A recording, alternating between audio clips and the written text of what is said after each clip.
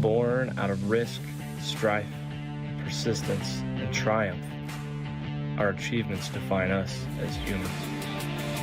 From the bottom, we can rise. Risen, we can dominate. We are strong. We are pioneer.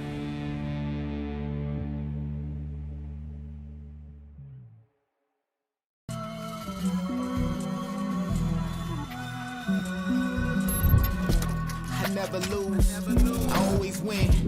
I pay my dues, so let's begin. Run it down now. Look, old boy got the crown now. I'm on the scene, picking it up, switching the flow. Oh, what a pity, you know what a shame. Yo, what a winner, you should have came. I just be repping my city in vain. Keeping it up and I'm winning the train. I just be ripping and flowing insane. So just be dripping up out of the rain. I just be whipping you, living in pain. Keeping it up and it go to your brain. Do be switching, no competitions in the vision. Listen, movie tripping. I'm looking till I in the brain be ripping, movie tripping. I'm not the one to play this, stop the dishing. So listen, let's keep it simple. Listen, I've been driven.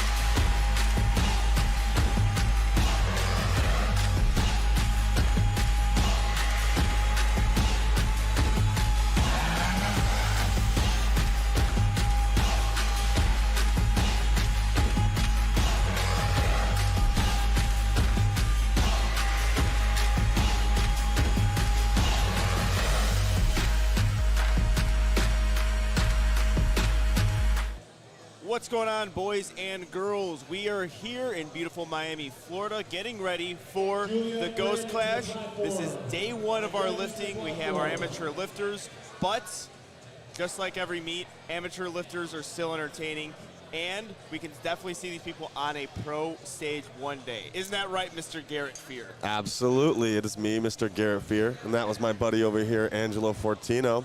We are excited to bring you the amateur day of the Ghost Clash. And obviously, you know, it's not going to be as big as lifting as we'll have tomorrow, but just like Angelo said, just as exciting, just as fun to watch, just as fun to be a part of. Yeah, I enjoy commentating all aspects of powerlifting. Right. Amateur day, though, there's something special about it because, one, you get the beauty of powerlifting. You get the lifter who's just there trying to hit some PRs, but also you get to see some breakout performances. You get to see some people like that guy or girl can be on the pro stage soon.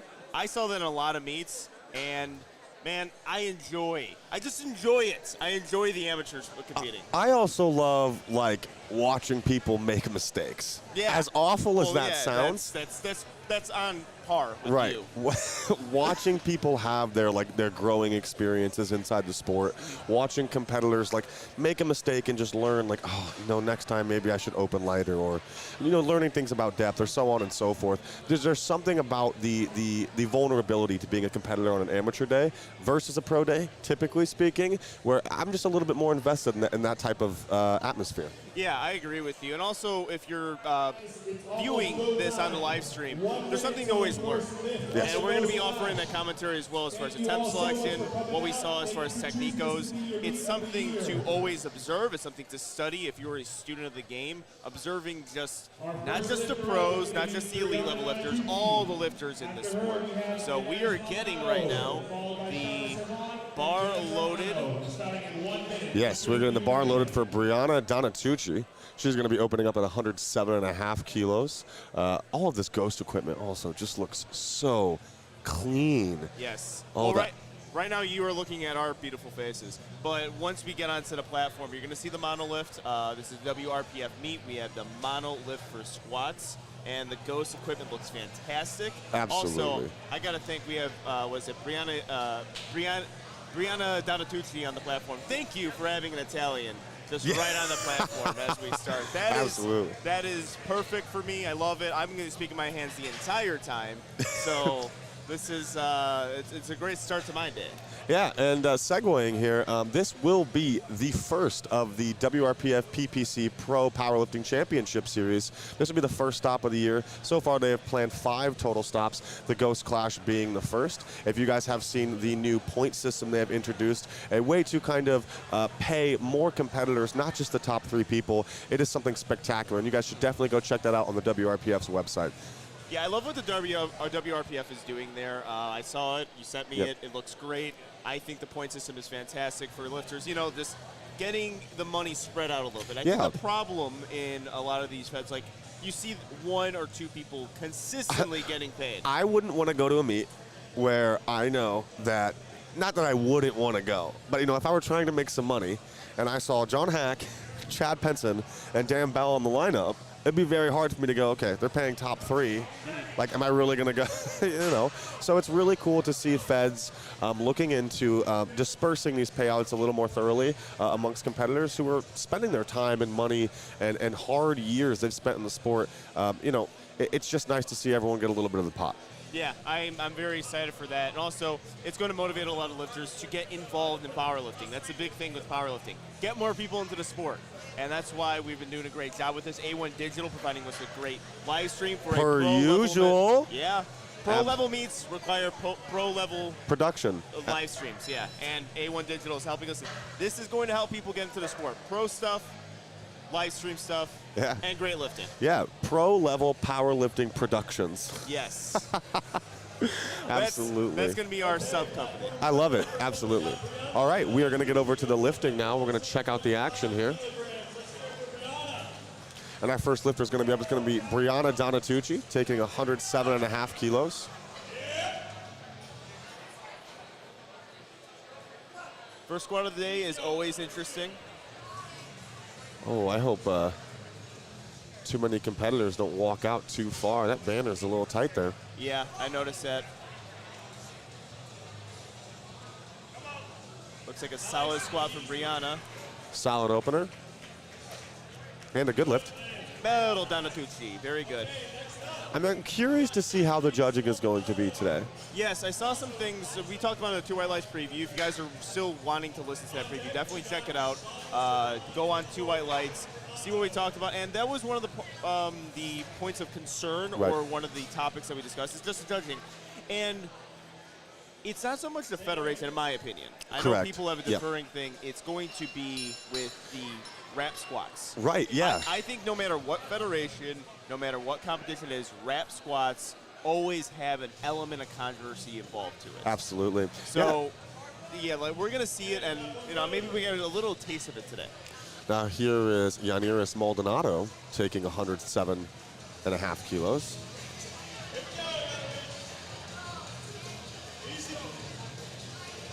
Yeah, very curious to see how the refereeing is going to be. We've definitely noticed in the WRPF as a whole inside of the States. Let's see what this is. Solid squat there. It's a little borderline. Looked a little more borderline to me from over here. And we were waiting on the lights call. And 2 to 1. 2 to 1. White lights. That tagline's going to kill me. I know, I love it. All day. It's every single time a lifter does this, I get a free ad read, and I'm happy about it. I'm hoping, like, one day John Hack gets, like, his big lift onto, like, on a 2 White Light call, so I can do that. Like, so the call would be, you know, because, you know, when big events happen in sports, you remember the call a lot of times? Yes. So, like, you know, Miracle on Ice. You know, do you believe in miracles? Yes. I want, like, John Hack's, like, big deadlift, or like Jamal Browner's 1,000 pounds be a 2 White Lights call, so I can scream 2 White Lights. And people would just like, that sticks in their mind the entire time. Here is Shauna 7 now, opening up at 110 kilos. Bar ascension taking 2.5 kilos so far. Beautiful white Cerakote Texas squat bar. Yeah, I'm liking the colored squat bars that they're going with, the colored bars in general. Beautiful squat from Shauna and Very a... smooth.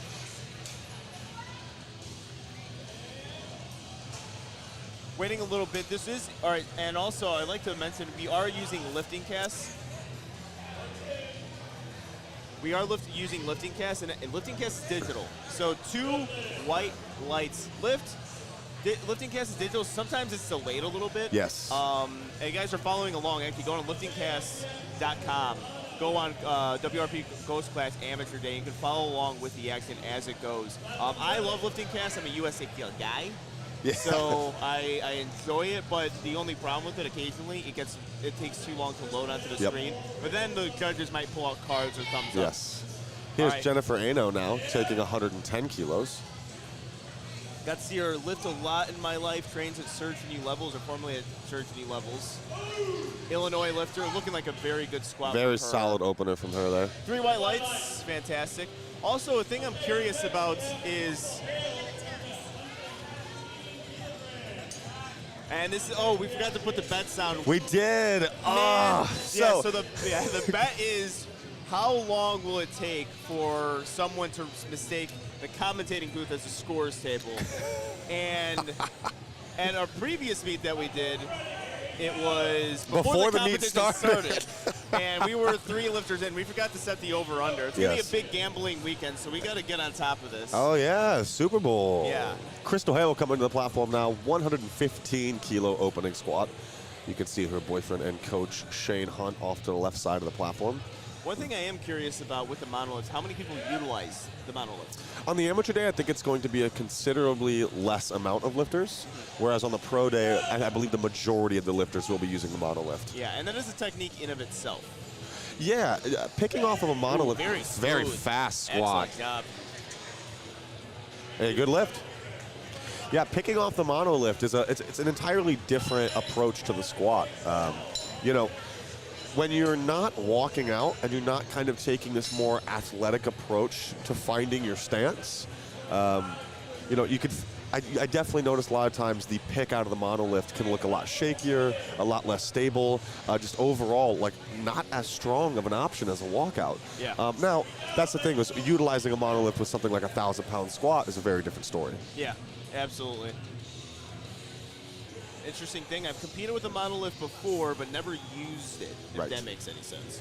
Here's Rachel Sublett coming up for a 117.5 kilo squat, 259 pounds. I believe, is this our first Raw with Wraps lifter of the day? Yep, so far, first one with wraps. All right, and this is where we're going to start observing the judging here. Let's see Yeah, what the looked judges okay say. from here, 2-1. 2 white Seemed like a lights. reasonable call Yep. from here. We don't have a perfect platform view, especially when there's a monolift. There's always a little bit more of an obstruction as far as trying to see how the squats are going, how the lifting is going in general. Yeah, and we're going to get this with live stream, especially on the pro day where a lot of people are viewing.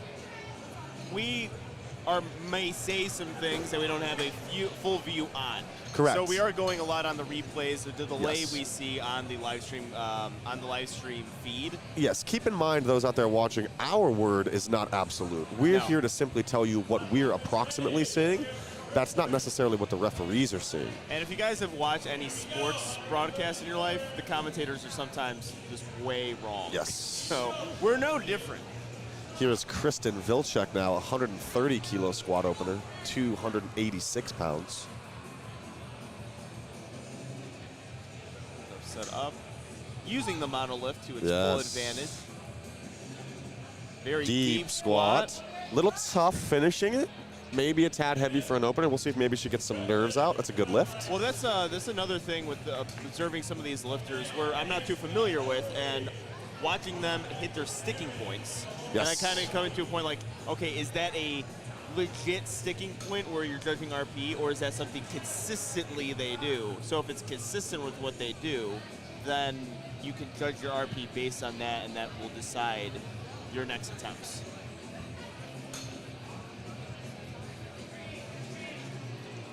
We have Emberly Infante approaching the platform next.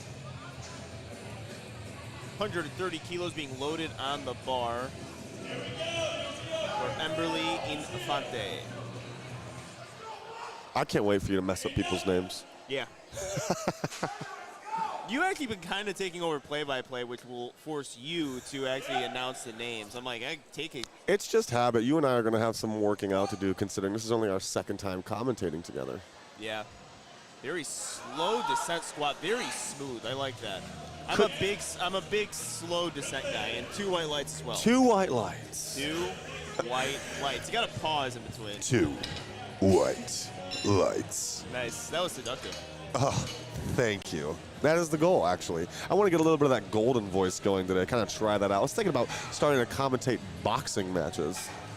Yeah, you were discussing that with me last night, and I'm like, you know, you're doing a lot of things, Garrett. I know, You can't find, you're like, you got to hone in on something. I got to pull back. Stand-up I'm aware. comedy, powerlifting, boxing commentary. Aaron Westby is going to be our next lifter, bringing the bar to 135 kilos, moving right along in this Flight A here on the amateur day of the first annual WRPF Ghost Clash. I didn't mean to steal the play-by-play. No, that felt it's like a fine. little hit. No, you took it, and I'm like, you know, let's toy with it. Let's toy with it. Let's We can do it. alternate. Yeah.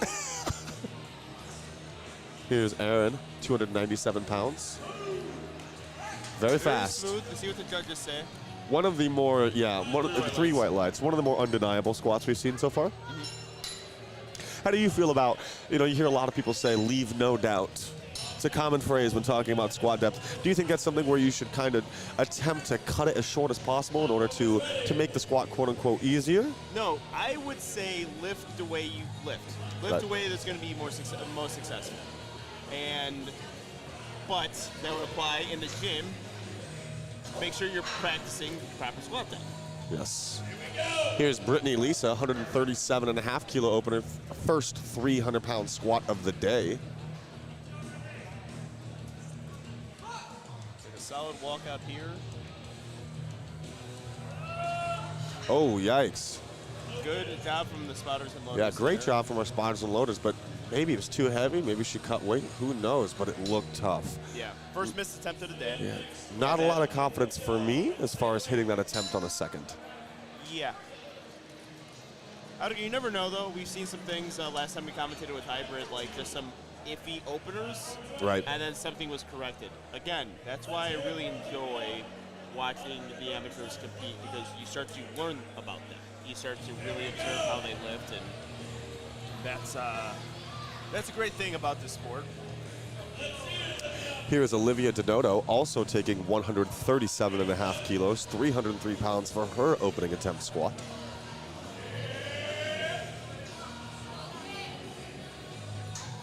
Monolift.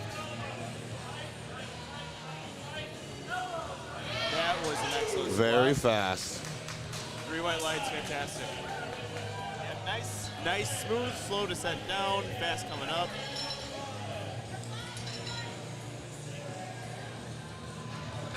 We have Abigail Navarez on the platform next. 142.5 kilos being loaded on the bar.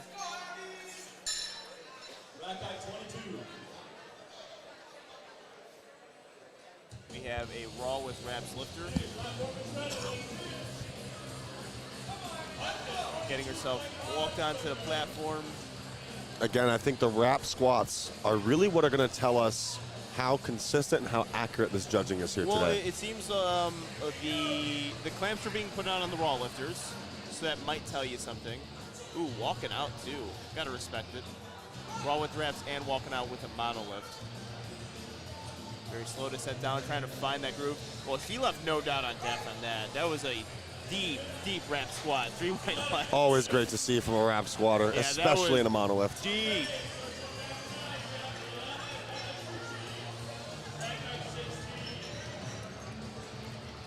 We're getting the bar loaded for Janet Macias.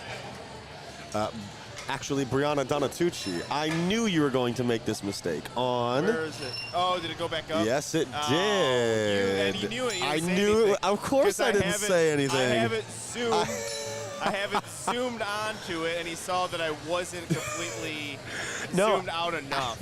Actually. So the funny thing with lifting cast is it shows the entire meet order straight in a row. And Yeah. your only discernation between the flights is just looking at the flight box, checking A or B.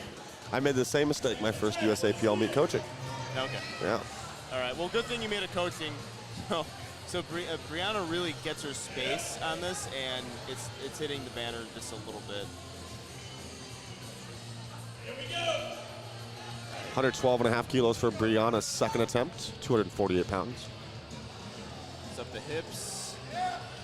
Looks pretty smooth. Not bad. Another 7.5 kilos in there, probably. Yep, 3 white lights from Miss Donatucci. Donatucci. Donatucci. All right. Yaniris Maldonado is going to be our next lifter, bringing the bar up to 115 kilos, 253 pounds. You'll see our spotter and loader crew on the platform getting those weights ready. Tough job, spotting and loading. Absolutely. I've never done it. I never volunteered to do that. It's not fun. No, it's not. But it's so much fun. It's people say it's rewarding. It's something you can get back to the sport and also really understand the sport a little bit better. It's like well, we're gonna let her get the squat going. Yeah, Yaniris made a 7.5 kilo jump from 1 to 2. Seems reasonable. Borderline on her first. You got the call on 2 white lights. Yeah, that second one, 2 to 1 again. I think in the same way too. Yeah. Definitely gonna be interesting to see how that depth changes as she goes even heavier on the third. Yeah, that's going to be the interesting thing. Well, but back to the spotting and loading. It's like working in the restaurant industry as a waiter or waitress. It's like, don't complain about your service till you actually have done it. Then you're like, you realize that, oh, it's a very hard job. Thinking of spotting and loading, because I think the only time spotters and loaders get any sort of recognition is when they mess up. Yeah, it feels like that, doesn't it? So when they do a good job, like, it's underappreciated. Here's Shauna Sevon doing 117.5 kilos, also a 7.5 kilo jump from her opening attempt, training out of Rockwell Barbell in Chicago, Illinois. A wonderful second attempt there from Shauna. Lots of speed. 3 white lights. Fantastic lift. Jennifer Ano training out of the bar.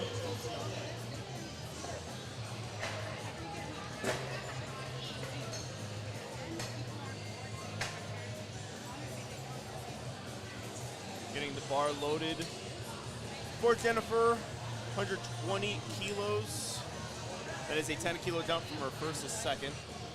Yes, seems very reasonable. 264 pounds on the bar.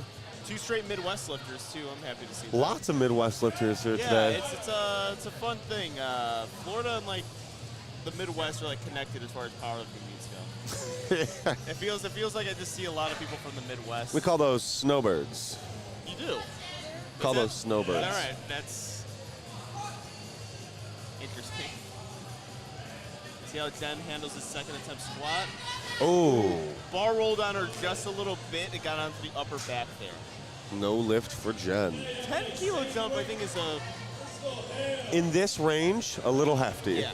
Yeah, in this, I feel like anything under, 200 keys roughly, anything over a 7.5 kilo jump, maybe a little bit ambitious depending on where your opener is. Obviously, a 10 kilo jump can be reasonable, just typically speaking. Yeah. Yeah, usually we talk about the range of 2.5 to 7.5 kilos within this weight range. Right. Anywhere between that 180 kilo, 200 kilo range, usually 5 or 7.5, especially for the females, or anything below that range is a much better approach, typically speaking. Yeah. Crystal. We have a 5 kilo jump from Crystal Hale here. 115 to 120. Yes, 120 kilos here on her second attempt, 264 pounds.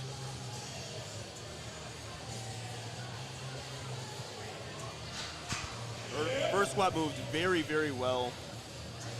Yeah, she definitely had some issues getting her bar off the rack on the opener. Okay, so... Yeah, so they're going to lower it now here for her. The advantage of the monolift. Yeah, it moves quickly. I'm still looking for Ghost to create a monolift combo rack combination. Hey, it's in talks. Ooh. All right. Crystal still hitting that rack on the way out. Probably. Yeah, might want to drop it one more. Yes. Because we saw in the other one, she was kind of hitting those day cups a little bit too much there, but recovers beautifully. See what the judges wonderful say before I squat. talk too soon. I feel like 5 kilos may have been a conservative jump there. It seemed like weight for sure. Yeah, very good there from Crystal. Rachel. Really, the only energy expended there was, I think, the walkout. Yeah. And that is a hard thing. When it gets stuck like that, Oh, it kills you. It really messes up your walk out and then you're positioning on the bar. It happened to me a few times. Where Yeah. I it, feel like it messes up the bar on my back. I feel like as a lifter, we all kind of have a cadence. We all kind of have a flow, a general structure in how we like to take our steps, find our feet, find our breath. And when something like that happens, you know, and then it starts twisting the bar and things like that, it can really be an obstruction to your performance. Yeah, absolutely. Especially something as technical as a squat, where bar positioning matters a lot. Rachel Sublett going to be our next lifter, going up 10 kilos from her opener. A little more feasible when you see lifters in knee wraps. I feel like a 10-kilo jump makes a little bit more sense. Yeah. So going from 117 to 127.5 here, 281 pounds on her second squat.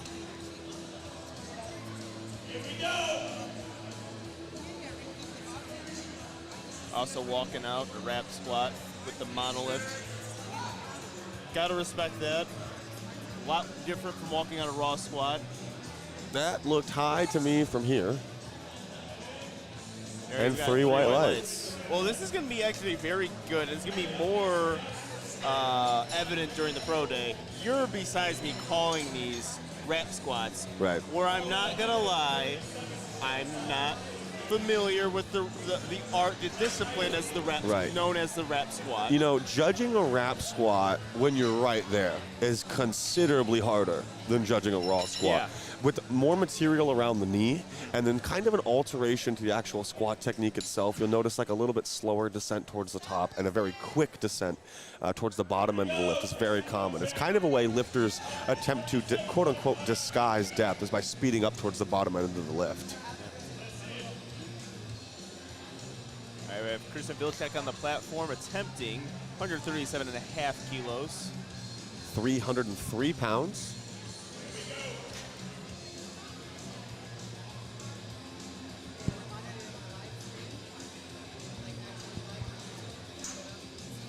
Using the monolift.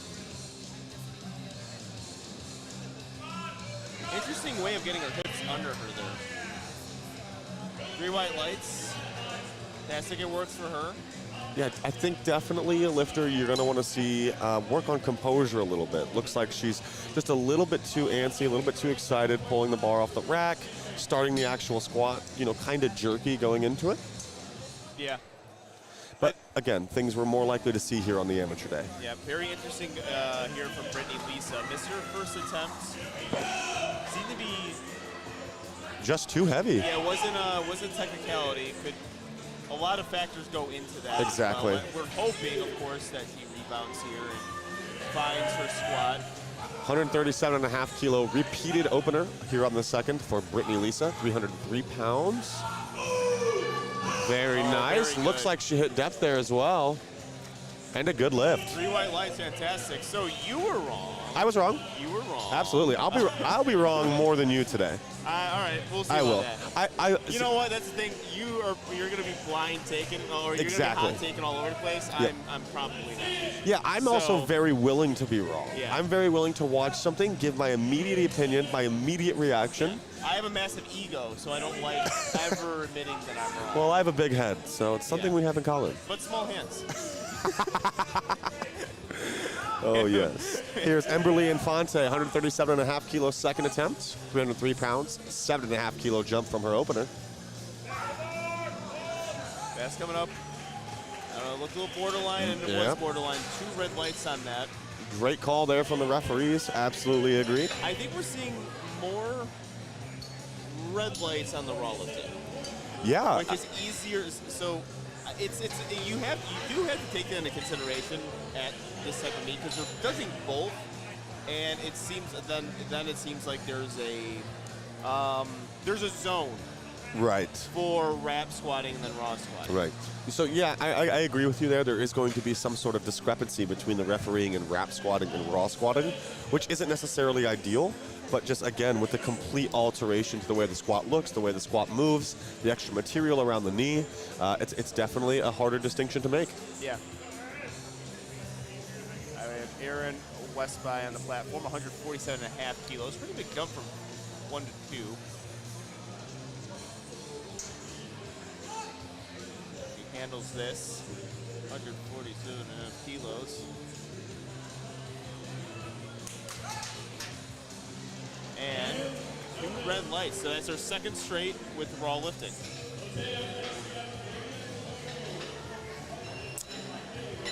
Made a really big jump there as well. 12.5 kilo jump from opener here's to the thing, second. Though, that speed was good. Right. The speed was good. It didn't seem to be too heavy. But again, a jump like that in this range, it's a little tough. Yeah. No, I do agree with you. I would stick 10 at the absolute most. Yeah, That's if you smoke your opener, and that's kind of how you plan your squats. I've seen lifters do that. Yeah, especially considering these numbers are well within that 90% range for most of these lifters. You know, when we're going into second attempts, we're typically looking at somewhere between a 92 and 96% range of their max. Yeah. All right, 150 kilos on the platform for Olivia Devoto. Solid depth, beautiful squat from Olivia. Well, wow. We're talking about big jumps. She takes, I think, the biggest jump so far and destroys it. Made a 12.5 kilo jump, a reasonable jump when looking at it on paper. Not something that seems ideal, but a very good squat there. Yeah, I handled that beautifully. And the last lift in the second round of attempts here in Flight A at the Ghost Clash is going to come from Abigail Navarez, bringing the bar up 7.5 kilos from her opener to 150 kilos here, 330 pounds. Yeah, her squat had no question whether or not it was depth. To the basement. Yeah, it was to the basement. Something that's rare to see with rep squats is a super deep rep squat. Do you know anyone that comes on top of your head and really like buries their rep squat? Let me watch this squat and I'll tell you. That one definitely not as deep as the first. Which still a good then. lift. Yeah, 3 white lights, and if you can find that groove. I will say, sometimes, especially in reps, that can really bite you. I know. Yeah, when there's a big difference in depth between the opener and second, or second and third, it can look bad. Well, that's one of the things that is discussed occasionally with some rep lifters is like, why don't they bury their squats? Like, well, if you see something that's consistent with a large group of lifters, right, then there's something to it. Like, if they all have a relatively like borderline squat depth that's a little bit low, like that's probably the most effective way to handle a rep squat. If you try to get, that A to D squat, I don't know if it's the most advantageous thing. Brianna Donatucci on the platform, looking to go 3 for 3 on her squats, 117.5 kilos. Another 5 kilo jump for Brianna. Very reasonable numbers here today. She has quite a long walkout. I think a perfect third attempt selected. Let's see what the judges say. 2 to 1. 2 white lights. I'm going to have to make sure when I see 2 white lights that I pause. Yeah. I'm going to need to pause real hard. We need all the plugs. Yeah. Well, I mean, beautiful squat from Miss Donatucci on that, but I don't want to pat myself on the back. I think like the perfect podcast name, 2 white lights, because like the plugs, it doesn't matter if I'm even at the meet. If you just say 2 white lights, you're pretty much plugging 2 white lights. No, yeah, and I would say the majority of the lifters inside of powerlifting now, when they hear 2 white lights, that's the first thing they think of. Yeah. All right, Jen Ano looking to recover, repeating 147.5 kilos. 120 kilos. Oh, I'm sorry. 120 kilos. My mistake, people listening, 120 kilos. That's why Garrett is with me to absolutely clean up my mess. Yeah, we are seeing a slight delay in the online platform of lifting cast versus the one we have here. See if I think if she controls that bar, to be fine. It just rolled onto her upper back a little bit. Ooh, that looked very high. Yeah, I don't that think looked. she's gonna get a call there. Yeah, that's.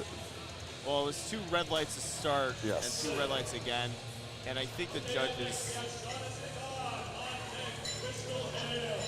Yeah, usually when you see it from the front judge too, yeah, that red light, that means it's quite high. Yeah. So typically speaking, a head referee doesn't judge depth. Yeah. But ones where they're blatant, where they're obvious, go for it. Yeah. Yeah, that's been my rule.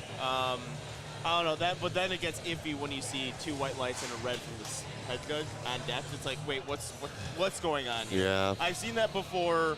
It's something that doesn't make me happy. No. Don't enjoy that, but in that circumstance, when you have judges agreeing, I would agree with the head judge in that circumstance. Here's Shauna 7, 125 kilo, third attempt squat here. 7.5 kilos up from her second. Even jumps all the way up today. Great depth. Just a little grind and a perfect call at her third there. Absolutely. 3 white lights. 3 for 3 from Shauna. Also looking to go 3 for 3 is Crystal Hale, making a 5 kilo jump from 120 to 125. So far in the flight, we're not going to see a bomb out, which is always good. You're going to see all these lifters here.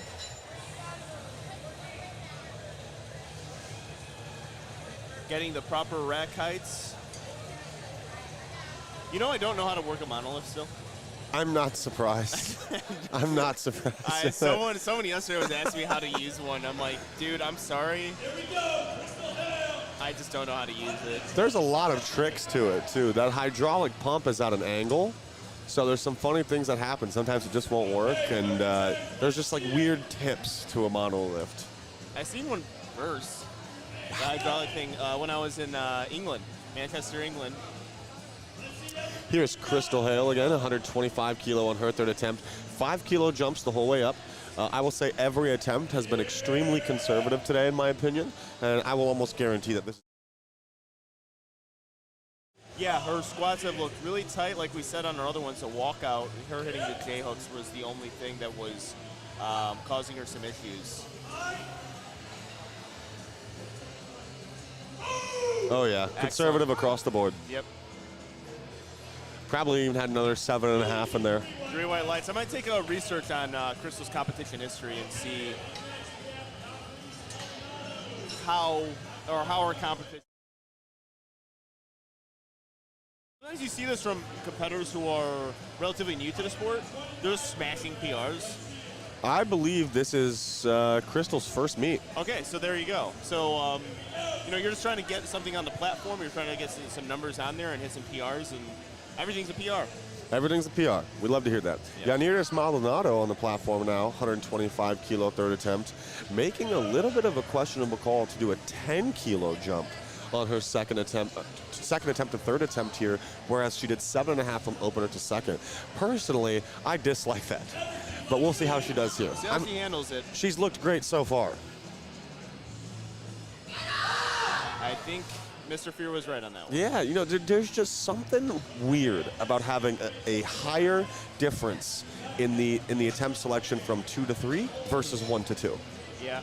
It's something maybe that lifters will, we are in the amateur days, something perhaps they will start to develop as they go into powerlifting career. I know I was like that very early on in my career. Yeah. With just attempt selection, not understanding the jumps. Just kind of making attempt selections just like, this makes sense. I was pretty fortunate in my attempt selection abilities as far as the jumps I should make, where I was very unfortunate, especially early in my powerlifting career, was just opening way too heavy. You know, literally opening with gym PRs. I'm the opposite. I would open extremely light and make ridiculous second attempt jumps. You're smarter than me, so it just makes sense. I don't know, but it kind of like works in a weird way because I was too light, but then made stupid second attempt jumps. Here is Rachel Sublett, 135 kilos here on her third squat, 7.5 kilos from the second, 2.5 kilos smaller than the jump she made from 1 to 2. Okay, we're gonna go 3 for 3 on squats. Command is given. Now let's see what the judges say on here. See, maybe it's just wraps for me, but almost, there we go, 3 reds. You got 3 on that every one of these squats, not every one, but most of these wrap squats today just haven't looked on. We have Kristen Vilcek on the platform. Gonna attempt 142.5 kilos.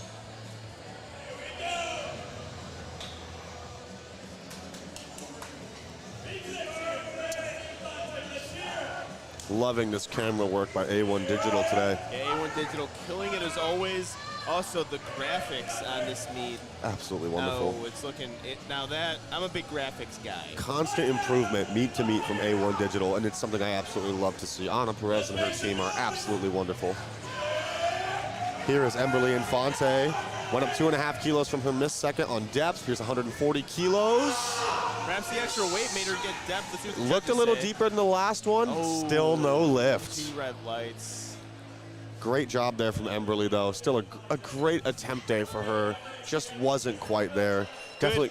Good sport, too. Yeah, definitely going to have a lot to build on going into her next contest.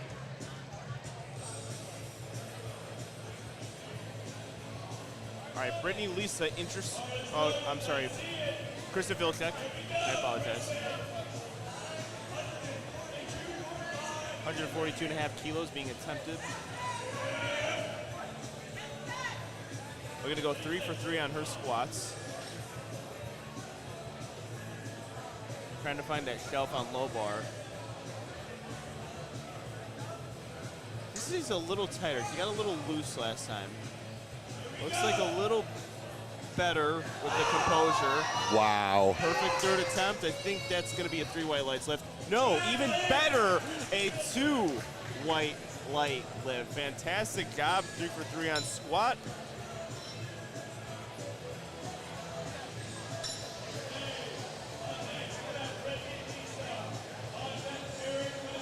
Kristen pulling out a huge PR today.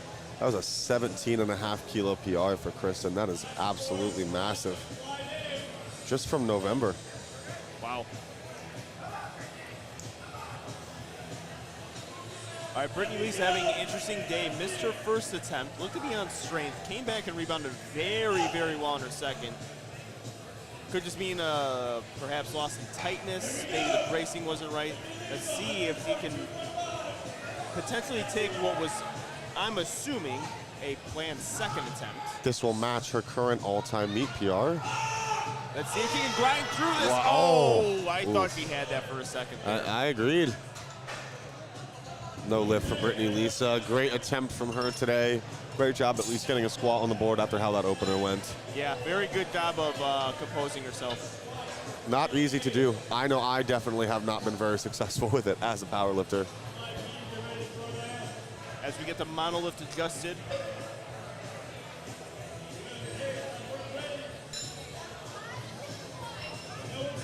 We're gonna have Aaron Westby on the platform. Checking out that beautiful Obsidian Ammonia torque cam. Yeah. Wonderful addition to this event. Yeah, the torque cam actually I think was coined during the last meet that we commented. It was. Too, so. Griffin, oh. Yeah. All right, this will be a 2.5 kilo all-time PR for Aaron Westby. We did discuss the big jump she took from first to second, how it possibly could have affected her. Yeah, still not a fan of 12.5 kilo jumps in this range. Actually, already looking more controlled off of the unrack even, a lot more confident in general. Look at that. Absolutely different lifter on that third attempt versus the second. 3 white lights. Yeah, great job recovering there. Not an easy thing to do.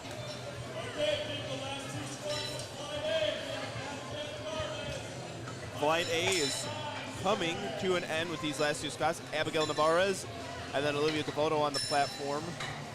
155 kilos being loaded on the bar. This is Abigail's first meet. Went up 7.5 kilos from 1 to 2, 5 kilos from 2 to 3. Reasonable jumps across the board today. Unsure since it's her first meet, but I would assume this is an all-time PR for her. Having a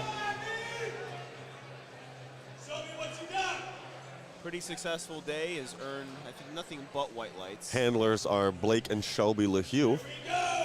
If you guys didn't see Blake LeHue's performance at the Hybrid Performance Method Showdown, it was absolutely insanity. And also check out his interview he did on 2 White Lights. Yes, they just opened up Primal Strength out there in Texas. I'm hoping to get down to San Antonio to watch that very slow descent down, really finding that, and then bottoms out. Wow. Excellent work. That was very Blake LeHue of her. 3 white lights. Abigail Navarez. That was awesome, yeah. That was. So controlled going down, trying to find that depth. It was actually very similar to a single play squat. Yeah. With Blake LeHue. We can expect from somebody working with Blake LeHue. Blake Absolutely. LeHue, single ply lifter. All right, Olivia Donato now here working into a 157.5 kilo third attempt squat. As far as raw meets go for Olivia, this is actually a 40 kilo PR. She hasn't competed raw for a full power meet since 2019. So huge PR for Olivia across the board, even on just her opener today. Made a 12.5 kilo jump from her opener and a 7.5 kilo jump from her second to her third. All of her squats have looked absolutely wonderful. I would expect the same here on her third. Yeah, I mean, really, with that jump from first to second, I can't see why his third won't go perfect. Handles the monolith very well. Wow. Excellent work. Absolutely insane. 2 to 1. White lights. Excellent job. Though I will be curious to know what that red light was for. Yeah. I have no idea what that red light would have been for. We'll see. We see the explanation. It seems she was a little bit high on her left side. Yeah, well, no surprise there, coming from who I know the side judges. I'll keep it anonymous. Keep it anonymous. Keep it anonymous. Keep it anonymous. Just like in boxing, right? Or they try to keep it. They don't try to like name the judges directly.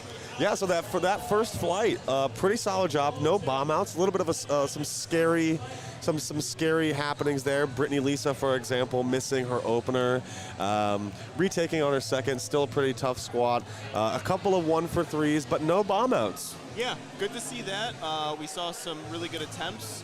We see some lifters who are going to continue into the competition. Absolutely. And also, we got a little bit of a scouting report on the judging. Always when big meets happen, we look at the judging. Absolutely. Especially when you get raw with wraps lifting, you look at the judging. And we have an idea of it. Absolutely. It's like, and I hate to do this because I know you're not a big sports ball fan. I love sports ball. All right, now you like sports ball. It's like baseball. Finding the umpire's strike zone. Right. What he's calling, what he's not calling, and then learning from there. And then see if it's consistent or not. Right. That's, in my opinion, when it comes to raw with rep squat and powerlifting meets, trying to figure out the judges. Now, they're changing out the judges now. We have a new set. We have a few replacements, a few people switching positions. So that's important to note, too, for our Flight B lifters. Yes, kicking it off with Janet Macias. Macias? Yes. Got it. That is also my sports ball knowledge of baseball player I used to watch, Jose Macias. Nice. 110 kilo opener for Janet. This is 242 pounds. So going back to the first flight, a couple of standouts for me. Crystal Hale. Wow. Hitting a variation on the platform today. A legitimate pause squat from Janet. Let's hear the judges say, because occasionally that could earn you a red light. So they're waiting. I'm going to assume it's a good lift. I see some thumbs up. I see some thumbs ups. Do we have some thumbs ups over there? Yeah. Okay, we got thumb from Riley Purcell. Thumb over there. We good on that one? Right, yes. Yeah, so that's at least 2 white lights. And so again, this occasionally happens with lifting casts. At time at a powerlifting meet, they start filling out the cards. For someone who's so pro lifting casts, you're doing a lot of defending of lifting casts today. Yeah.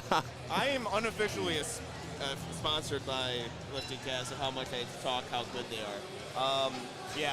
Occasionally you have to use the cards, but you still have to reset it in order to get the proper lineup going. But it's back to Janet's squat there. I think what happens, people just get nervous. Could be a first meet, could be nerves just competing in general. Yep. And they just get in the hole and they're like, I don't know what to do from this situation. I don't know what to do from here on out. And they just end up pausing their squats. I've seen it happen a few times in powerlifting meets on opening squats where they just accidentally pause it.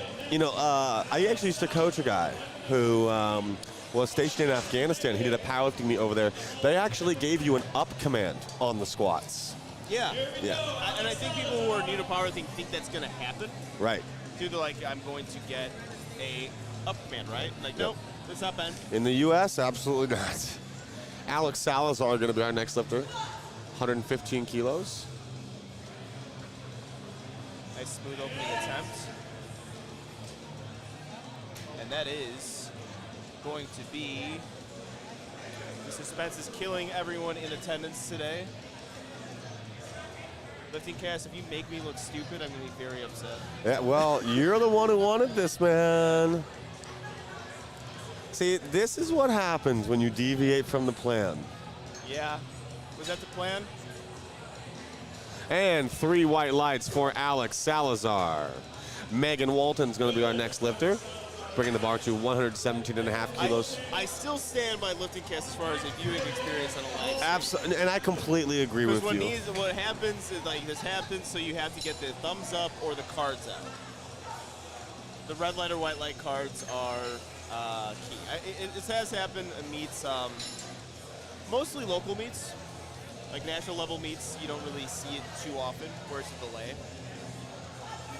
Platform is ready for Megan Walton. 117 kilos in platform.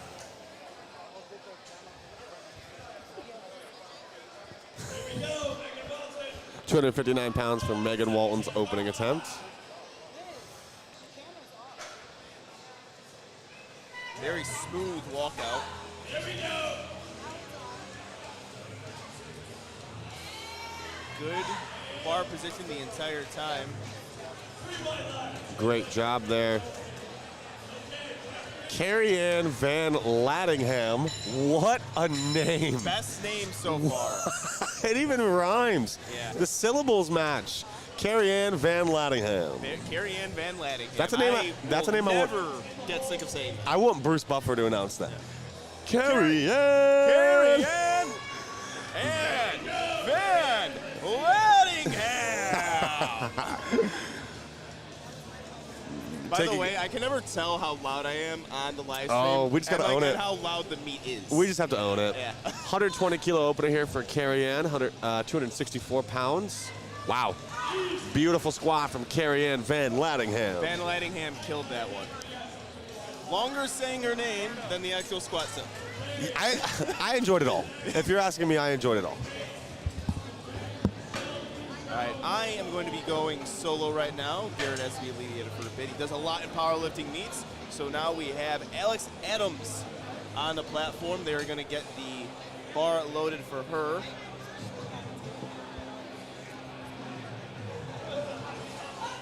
Platform is ready.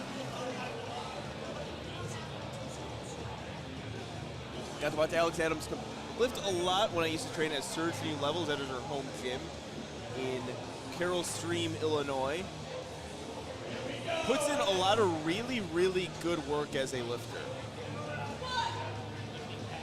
Spot command is given. Finds her depth perfectly. Let's see what the judges say. I think that's a white light lift. And we have 3 white lights for Alex. He is 1 for 1 on the day. Fantastic work. We have Kate Haddad approaching the platform next. Raw with Wraps lifter. They're getting the bar loaded for her.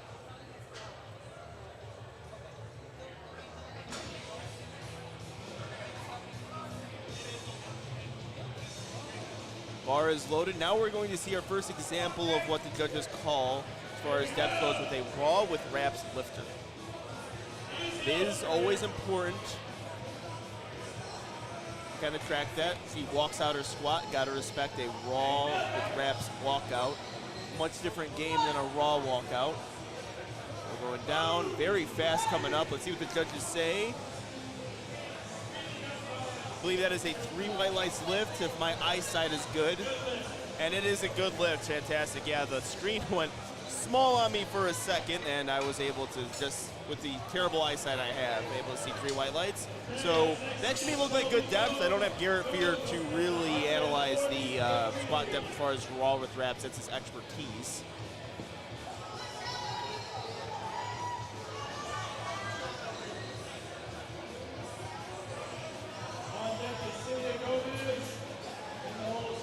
All right, we have Shelby Jones on the platform.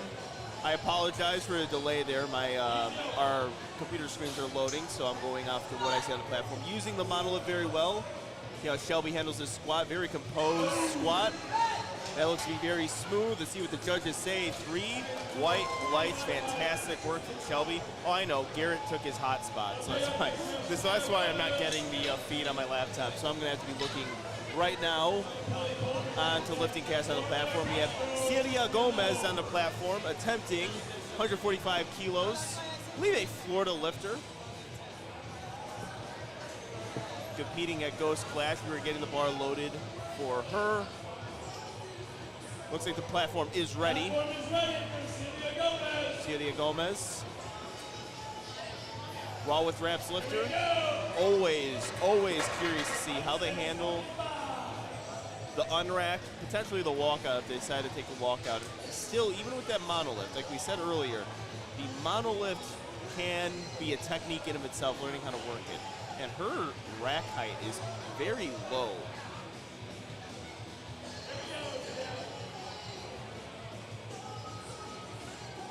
Very interesting stance as well.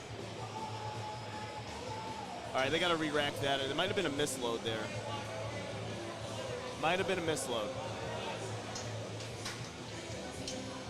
Okay, so this is actually something to really look out for. She is going to be in that position for a long time, and that is not an easy position to hold. So yeah, that's a very good idea, kind of resetting yourself. The more those wraps stay on, the harder it is for the squat. So that actually expends a lot of energy, something you really don't want to see, but you still, like every sport, have to come with it. It comes with adversity, you have to handle adversity. Let's see how she handles this. Celia gets her depth and able to recover. Very gamer move on that because excellent job. 3 white lights, that's a lot of energy being expended.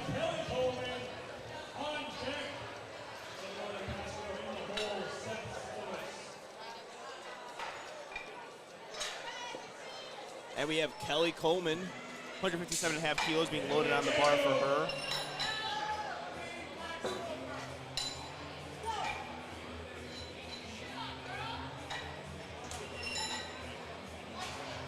Kelly Coleman also trains a surge for new levels, gym that I really love, and a lifter who I really love too. Kelly is just an awesome person.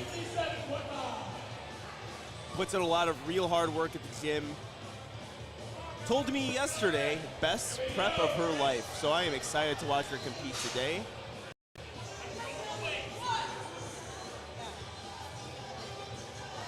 Very smooth, fast, explosive squat. See what the judges say. 3 white lights left, no doubt. Kelly, awesome opening attempt.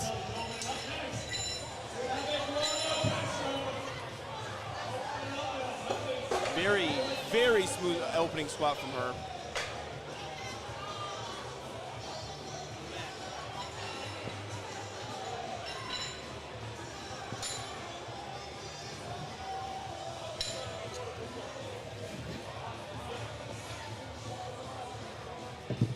Okay, my friends, platform is ready. Let's hear it.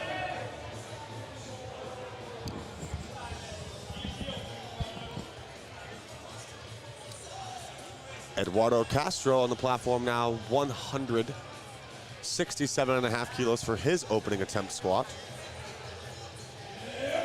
Raw with Wraps lifter, using the monolift to his advantage, getting his hips under him. Let's see what the judges say on this one. Looked a little borderline. In 2-to-1, no lift. Yeah, and borderline, so I was expecting a red light to come, 2 red lights. I think a good call. Yeah, you know, almost happy to see that we're seeing more red lights today. You know, the WRPF has definitely had some inconsistencies as far as judging squats over the years, so it's nice to see. Seth Solis is going to be our next lifter, bringing the bar to 175 kilos. I think I'm going to call you guys.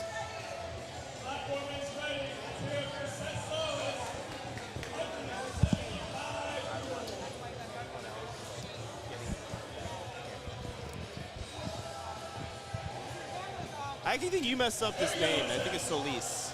Solis? Yeah, you said Solis, so that's a tap on you.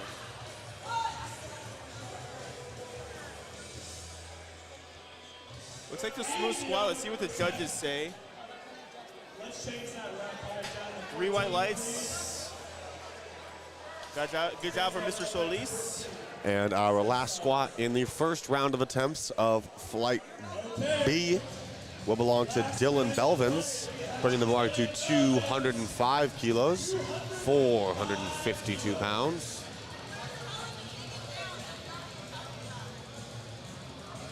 Getting the bar loaded for him. We are seeing some really good squats from our Flight B lifters. Interesting developments here as far as certain raw with wraps lifters. Only have one miss so far on depth.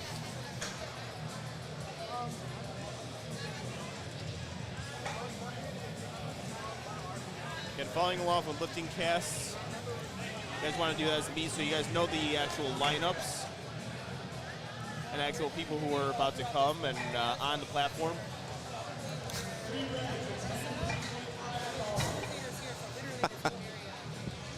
Let's see if the chat picks up on that one. Let's see who's actually. This is Can you say that sentence one more who time? actually come on the platform. Dylan Belvins. If your loved ones are about to come on the platform, you're going to want to see the lineup for that. Right. Dylan Belvins, we finally got the bar loaded properly for him.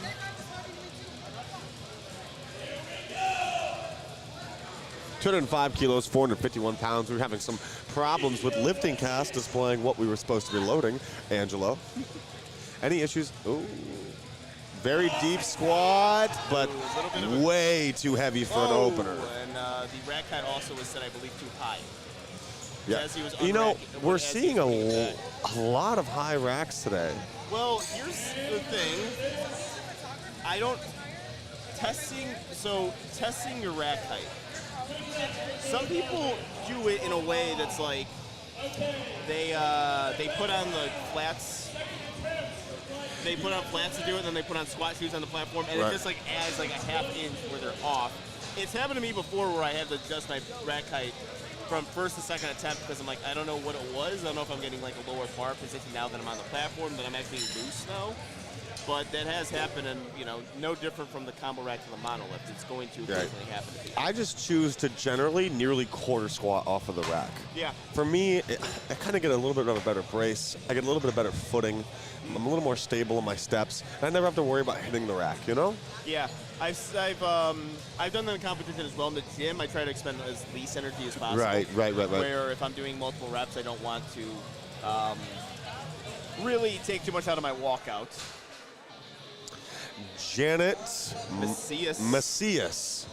Would it be funny if I was mispronouncing it, though? If he was like, no, I would love it. Yeah, it's like, that's not my first instinct was Macias. You know, that was my first instinct. I mean, that's Macias makes more sense.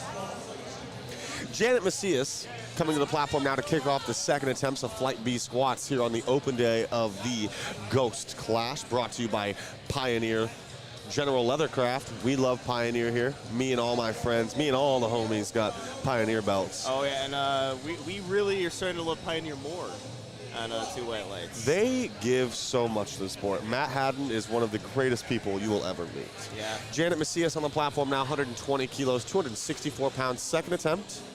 Oh, she doesn't hit her variation. No variation this time. No pause squats this time. On the program was comp squat to the T, and she's got a 3 white lights left. Very good job from Janet Macias. Again, I saw her just signal to the judges the last time she took her squat, just accidentally paused it. 100.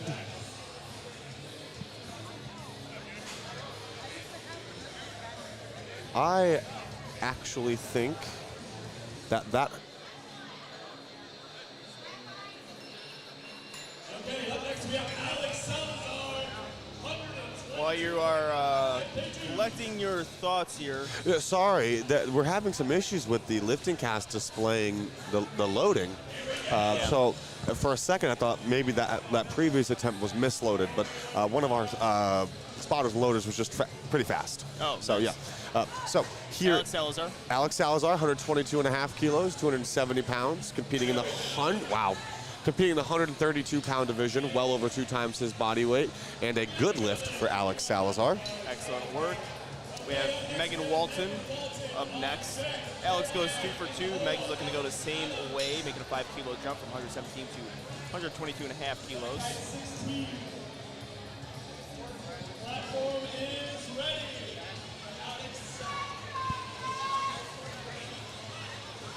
Megan Walton getting ready to take 270 pounds. Also, you guys can't see, the attendance for this amateur day is fantastic. Yeah, it's going to be hot in here tomorrow. Yeah, looking forward to it. Me too. Looking forward to it. And you're not just talking about Dan Bell stepping on the platform. That's what I assumed that you were talking about. Just Dan Bell, like, with all the sex appeal in the world, walking onto the And platform. you know what? It's not even sex appeal. When he steps on the platform and you see how sweaty he is, you just get this like residual contagious sweat effect. You just also start to sweat. Well, that's why, actually, I'm going to do a free ad read for Coors Light. Mountains are blue for a reason. Solid squat from Megan there. Depth looked to be a little bit borderline, but a good lift regardless. Yep. Very consistent with her first and second attempt, too, as far as depth goes. Our favorite lifter of the day. Carrie Ann Van Lattingham. I gotta get all the information on for Carrie Ann because like I gotta know where she's from so I can do the entire. Because I mean, with a name like Carrie Ann Van Lattingham, I'm assuming she's from Amsterdam, right? From Amsterdam, Carrie Ann Van Lattingham. This may be her first event. Well, she's got a star's name, that's for sure. One thing I will say is it's really hard to judge for women. Her squats look very, Those very are so fast. nice. So nice. And the 3 white lights for Carrie Ann Van Lattingham. Yep. I mean, really notice. I mean, the singlet, the name. It's like This may be Carrie Ann. Leans into the name Carrie Ann Van Lattingham. It does. You know what I mean? It's got the sparkly. I believe that's a Pioneer belt. This may be her first event because I am not finding any information on her on open powerlifting. Another amazing thing we love is open powerlifting. That Yes. database has literally changed the sport for the better. It makes our lives a lot easier. We got Alex Adams on the platform. All right, so Alex Adams, I got to see her train many times. She trains at Churchill levels. I really admire how she trains because her leverages are just simply not that great for powerlifting. And she works her way through it and makes a lot of progress. It's really awesome watching her get better at this sport. And she continuously does get better. It's waiting for it. I'm going to say a 3 white lights lift. Looks like we're not getting our lights again. That was 137.5 kilos, 303 We got thumbs pounds. up, 3 white lights from her. Yeah, and it's not an easy thing. Like when the leverages are that big of a disadvantage to you. Like you really have to work on the sport that much harder. And I've seen her make so much progress. Oh, trust me. I understand how hard it is to work with poor leverages. Well, on one of the list, you have terrific leverages. I have terrific deadlift leverages. Yeah. I agree. My bench leverages are pretty poor. Yeah. Pretty poor. Yeah. Not that that's an excuse. I think you're using this. Like Alex won't use it as an excuse. I don't think Oh my gosh. Yeah, you're using it as an excuse right now. All right, Kate Haddad is going to be our next lifter on the platform. 142.5 kilos, second attempt squat, 314 pounds for Kate. Another one of our wrapped competitors today. Another one of our wrapped competitors today. She got a great depth on her first attempt. See if she continues that. Looks solid there. Yeah, it's See what very the similar referees say. speed. Yeah, we're gonna have to wait a little bit. Looks like the And connection's that a little is slow. a good lift. 3 white lights lift. Excellent job from Kate. Hey, up next we got Shelby Jones. On next, All right, Shelby Jones going to be our next lifter, bringing the bar to 147.5 kilos. Shelby, does she lift in Indiana? Indy City Barbell. Indy City Barbell. Yeah, she's moved around the Midwest quite a bit, but now she's training at Indy City Barbell. Currently being coached by Christopher Wayne Bridgeford, who you guys will see on the camera there in just a moment. Maybe get a torque cam. We're on a delay, so I can't fully give the torque cam its proper exposure. There we go. Because I can't really see exactly when we do it. 325-pound second attempt here for Shelby Jones. Yeah, excellent first attempt from Shelby. Moved it very well.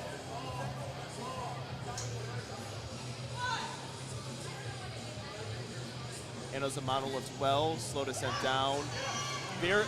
identical to her first, so that's always a good sign. And no lift there. See, what I will say is a lot of her training was looking very rough as far as depth goes. So what I will say is both of her squats so far looked considerably better than any squat she did in training. I'm actually surprised to see a no lift there, though she does hinge pretty far back. So sometimes with lifters whose hips get more displaced backwards, it doesn't necessarily go as low or downward as they need to actually hit proper depth. Yeah. And That's good analysis right there. And well, that same sort of end result applies to when a lifter has a bunch of knee flexion versus hip extension. Yeah. So Celia Gomez on the platform, she had a very interesting opener. So I believe her rack height was placed incorrectly, and she had to stay in that same position that you're seeing now for a long time, and she was still able to really nail her squat. It's a difficult thing to do in reps for that long period of time, but she handled the adversity very well, and see how she handles it. It's much smoother. And that was a great squat. Well, that depth it was better than her first because of, I think it's actually perfect depth. We're going to be waiting on the platform. That depth looks spot on to me. She made a 10-kilo jump from her opener to her second attempt there. We're getting signals from the judges that it's and we are getting a good lift from the referees. So you know what I think it is here? So if you look at Kelly Coleman, on lifting cast, it's not marked. Or is it marked on yours? Oh, that's weird. It's not marked on mine. That occasionally happens when it's not marked, and then the system has a longer time processing it. But it's marked on yours. Well, the beauty of lifting cast is even if the remotes aren't working for the referees, you can actually go in and manually enter good lifts or bad lifts. Yeah. With most software, you can do that. But here, the remotes that they use to put in the red or white light are actually directly connected to the software. Very, very handy tool here, especially when it's working. Kelly Coleman going to be our next lifter, bringing the bar to 167.5 kilos. Yep. A 10-kilo jump from her opener. Excellent opening attempt from her. She really did well handling that opener. Very fast, a very explosive lift as well. Making a 10-kilo jump, pretty large, but based on how the opener moved, it was like almost like an Olympic squat, how it just like moved off the back. Yep. Super upright positioning. You'll see Kelly Coleman with one of Illinois' own, Charlie Binkley. Yes. Long time coach-client. Long-time rival of mine. Ooh. We've kind of gone back and forth over the years over who's stronger. And unfortunately, Charlie is not able to compete at this meet. I love watching him compete, but he has a lot of lifters here competing today. He does. Charlie has definitely established himself as one of the higher-end coaches in untested powerlifting. Yeah, and the work he's been doing with Kelly has been fantastic. They get along very well. It's actually awesome seeing them. Yes, perfect. Look like solid depth from here. 2-to-1. Yep. 2 white lights. Thank you, Kelly, for the ad read. Yes. I'm not surprised getting that from Kelly, though. She loves you. All right, Eduardo Castro is going to be our next lifter. Huge jump. 15-kilo jump from his opener to his second. Unfortunately, I was absent during Eduardo's attempt. Angela, could you give me the rundown on how this attempt went for Eduardo? It was high. It was high. Blatantly high? No, it was borderline. It was a call you're going to get in powerlifting. Okay. Occasionally on a rap squat. And how was the speed on his opener? Good. But 15-kilo jump? Kilo speed, I don't know. Especially with the depth issue, maybe a little bit unreasonable. Potentially. But that is the thing with wraps. Sometimes a little more weight can help you push down into those wraps a little bit better. Sounds a little bit crazy, but it is the truth when it comes to wrap squatting. Yeah, I was about to echo that. I thought the same thing. I thought there was going to be, I thought he was actually going to move up still. Yeah. And then it happens. That's the interesting thing from first to second. What you got?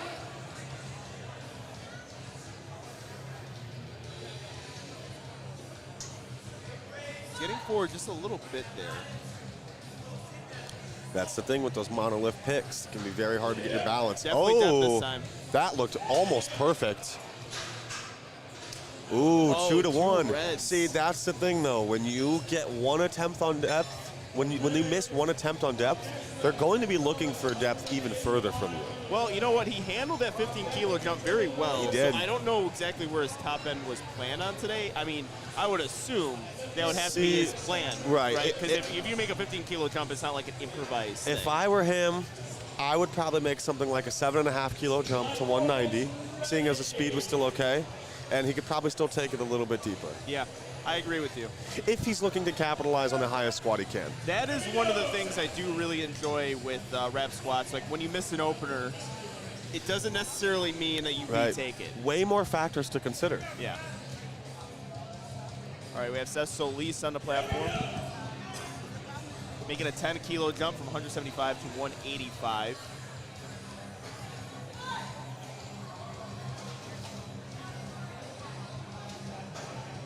Let's see what the judges say on this one. A little borderline, in my opinion. 2 white lights. I was right on the call. I took a note to let Angelo talk and to pause for 2 white lights. Yeah. I took a note. I want to hear that every single time. It's disappointing when I miss it. If you miss it once, Yeah. I'm going to be very upset. That's what I need for one of the biggest meets in powerlifting history. Landmark lift. What would you think the biggest landmark lift would be in powerlifting? Would it be the 1,000-pound deadlift? I'm talking currently. I'm not in history. I'm talking like what's next. So you're talking about the unreachable or the attainable for everybody? The attainable, I don't know. The attainable goal, but like, let's see Dylan's squat. He had a very interesting opening attempt. 10-kilo jump is a little risky, in my opinion, for the second. He just has a noticeable sticking point there. And let's see what the judges say. A good lift. Yeah, 3 white lights. So, yeah, it was an aggressive first to second. His first attempt was a struggle. It was a grind, but it looks like that's a noticeable sticking point midway through there. So we're going to get back to the top of the order now with Megan Walton. 127.5 kilos for her third attempt squat. A 5-kilo jump from her second to third. An even jump from 1 to 2 as well. Very reasonable. I would imagine she's going to hit this just fine. Yeah. So back to our conversation here. So if we want to talk about the lift that I think is generally capable for most men to hit in powerlifting, that I think is more the biggest general landmark, I'd say it's probably a 405 bench. Okay. I'd say the 405 bench is the one that everybody can kind of hit. Okay. You know, has the opportunity to. As for the one that's just like very far out there, it's a crazy reach. It's going to be like kind of the craziest thing we'll see in the sport. I would say 1,000-pound deadlift in full power powerlifting. Yeah, I was going to echo that, and I think that would be the next. I think the 1,000-pound squat was like the biggest landmark. Raw squat 2 by Ray Williams. I think the 1,000-pound deadlift is going to be the next one that we see that's going to make headlines. Looking to go perfect on squats. Almost the exact same squat as the opener and second, and our referees give that lift approximately 3 white lights. I don't have the lights. 2 white lights. Fantastic. There it is. 2 white lights. Janet Macias is our next lifter. Again, I don't know what it is about taking a bigger jump from 2 to 3 than 1 to 2, but I swear it's cursed. I swear it's cursed. I hope Janet does well. So when I commentated a meet with Isaac Whistler, he told me that he's actually a very good game day handler. He has a numbers he plays a numbers game very well, and he says the same thing.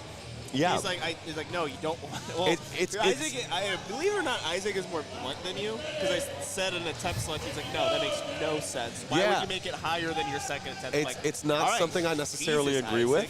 I feel like it's not something I necessarily agree with. It's something I feel typically doesn't work. But you know, there are situations that call for a bigger jump from 2 to 3 versus 1 to 2. So we will see. Handler squats very well so far.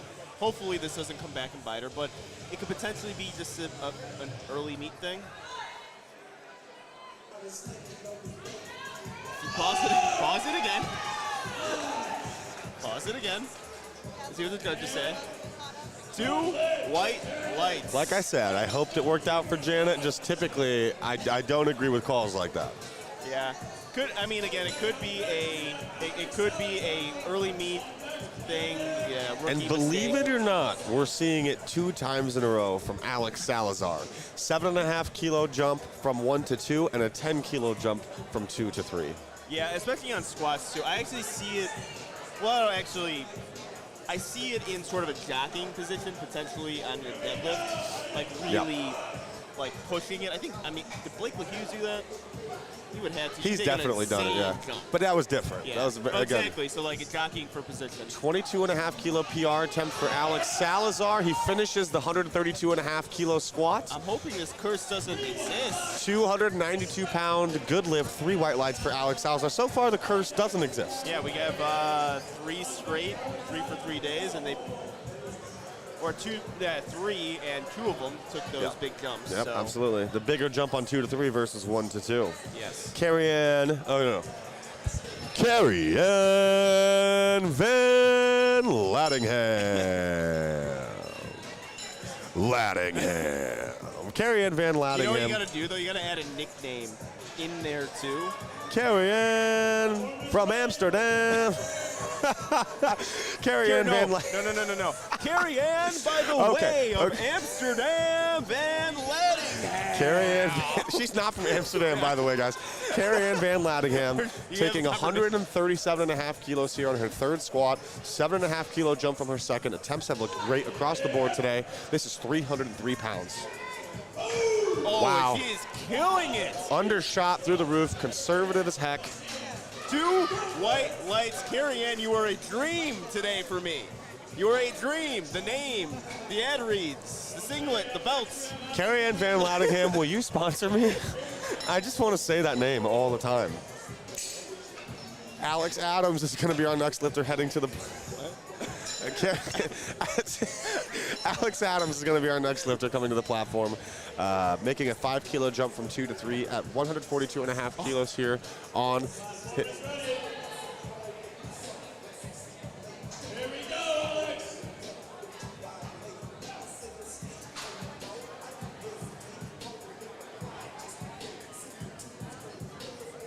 All right, we have Alex Adams on the platform. Look to go perfect. Smart attempt selection. Solid walkout, very smooth.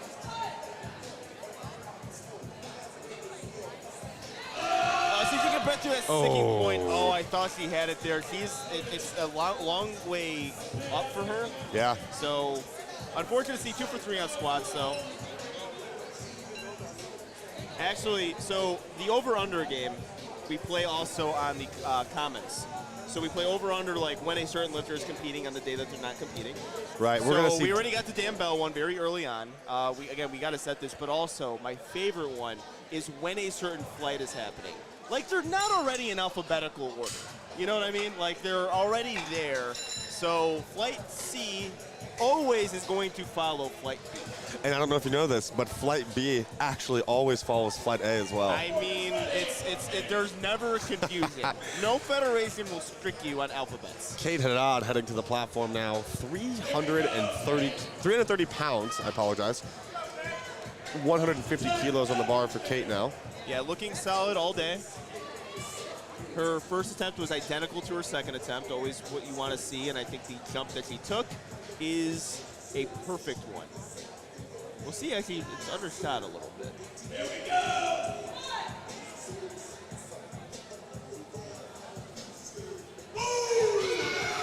See what the judges say on this one. He's been great with depth all day, and 2 white lights. You know what I noticed? This wrap meet is going to be perfect for us. Oh, for 2 white lights? It's just plugs all Yeah. day. I think that's just wrap meets in general. Yeah. First one I've commentated, I believe. I love to hear that. Yeah, first, I love to hear first that. rap squad I've ever I'm so commentated. happy to have you over here on the on the beautiful project that is untested powerlifting. Yes.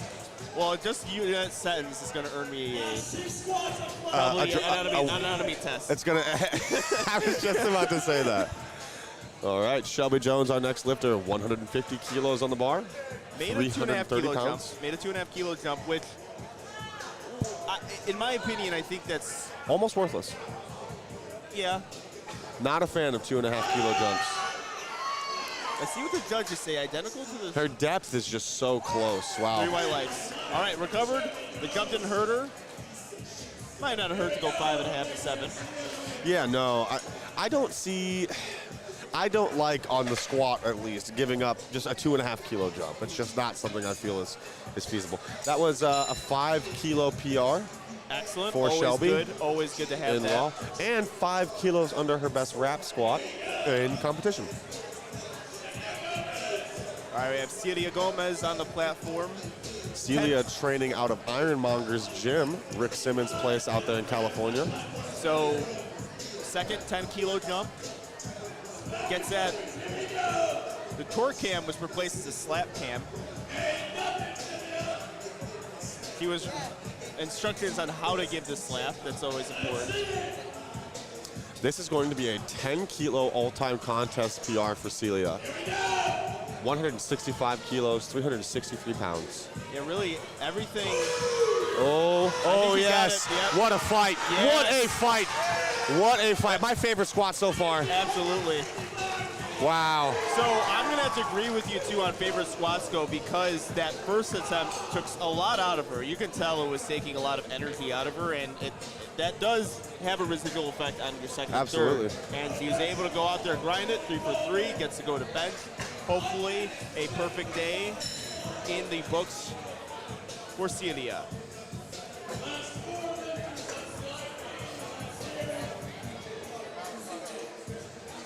Kelly Coleman, 175 kilos, got a 2 white lights lift last time, hoping to make this fly. He told me, as I said on our opening attempt, this has been the best prep he's had. Always happy to hear that. And she's looked fantastic. And her confidence is definitely higher. Not to say she had lack of confidence on the meet, but her confidence is high during this meet for good reason. She's doing a great job. This is a 7.5 kilo jump from her previous attempt, which was also a 7.5 kilo contest PR. So this year will actually be a 15 kilo contest PR for Kelly Coleman. In all honesty, I think I've seen her every single one of her competitions.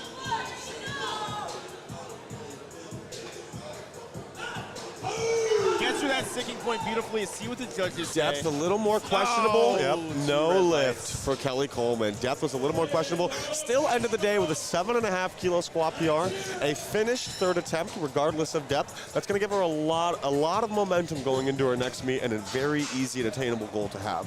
Yeah. Yeah, I agree. Whenever you hit a PR, it's great. Also, didn't expend a lot of energy. Absolutely, yeah. She'll have tons and tons of energy going into squat and bench today.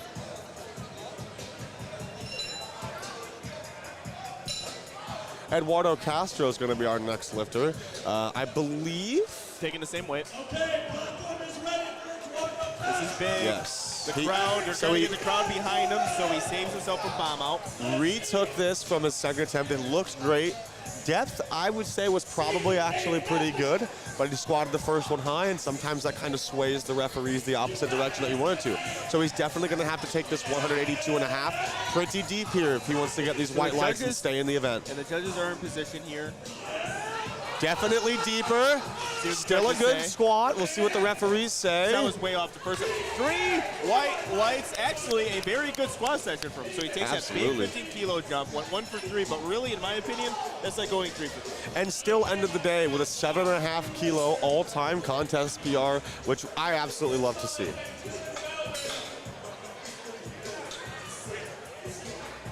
You know, I think you were right about something earlier. There's something to holding a pen. You know, I need a pen so I could.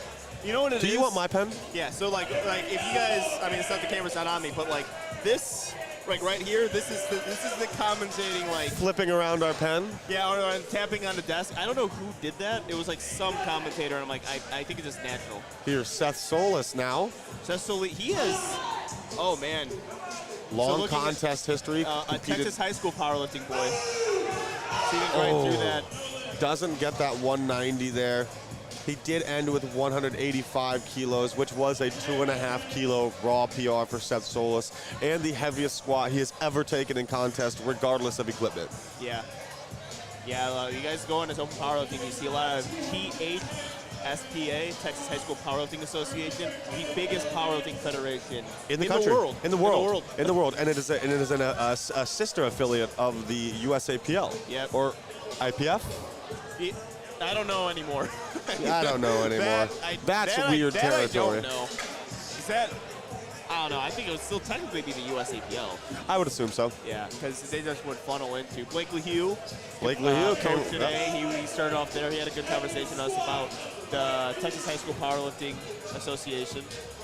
Dylan Belvin's coming to the bar now. 220 kilos for his third attempt squat. This here is a 12.5 kilo all-time squat PR attempt, though actually his opener today was 2.5 kilos under his best squat, and his second was a 7.5 kilo all-time squat PR.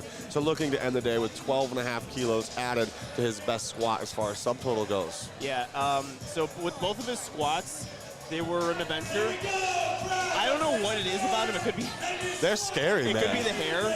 He reminds me of Dawson Windham, how he squats. It's like you're gonna see unpredictable. Dawson, you're gonna see Dawson squat tomorrow, and it's just gonna be like, I don't know what's gonna happen. He's 2 for 2 on squats. Takes it to the base. That was his best squat. Oh, that was his best squat of the day.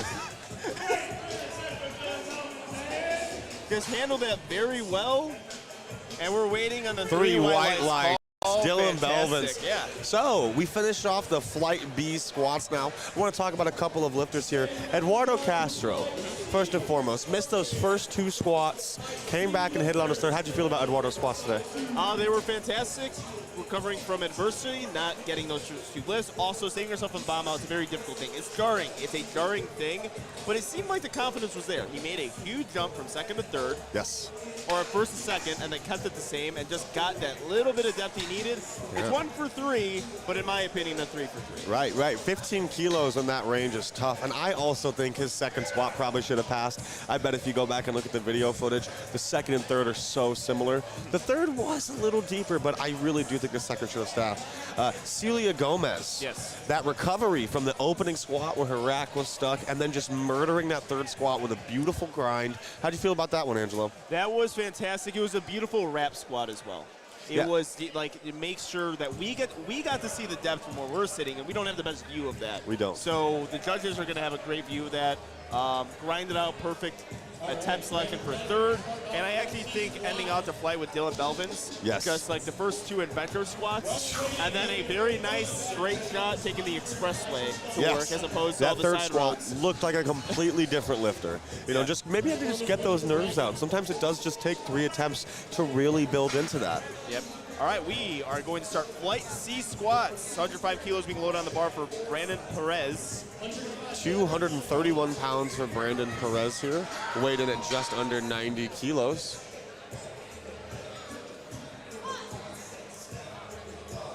Wow. Fast descent, fast coming up. Not a fan of dive bombing, but definitely something you're more likely to see with younger lifters. Yep.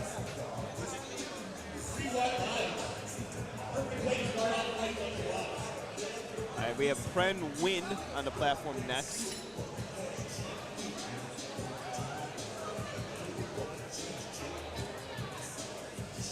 $170 kilos going to get loaded for for Pren Win.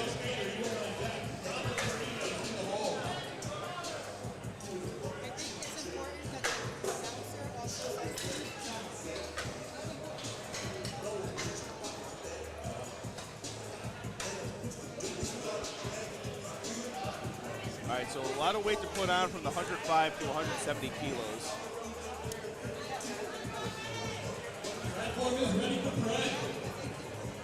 All right, see how Mr. Win handles this opening squat.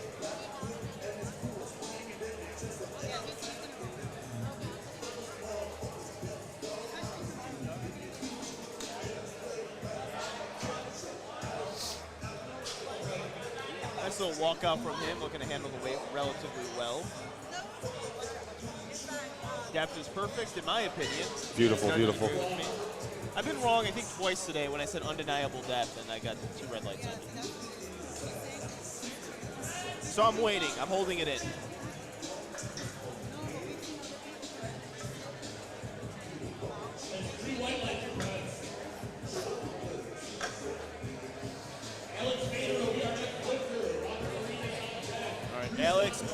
attempting 100, or my mistake, 212.5 kilos. Be his opening squat attempt.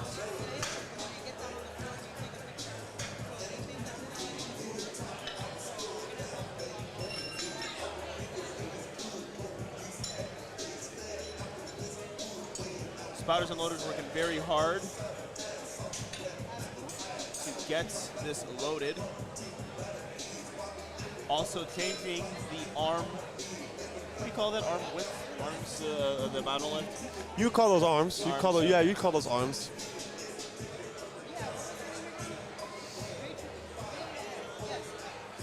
Taking me back to the days where I competed with a monolith. You know, I never understood. I mean, I get it. It was just local to you. Yeah. It was just the first thing you were introduced to. Just something to competing in a division where sleeves are accumulated the same way as wraps are. You know, it's Yeah. funny. The RPS is actually the same way. Yeah, it's it's interesting start to a powerlifting career, but also like just the monolith. Like the first time I tried to use the monolith, I tried to use the monolith. You know, like Right. I tried to, and it just didn't feel good at all. So I'm like, okay, we're walking out the next 2 attempts.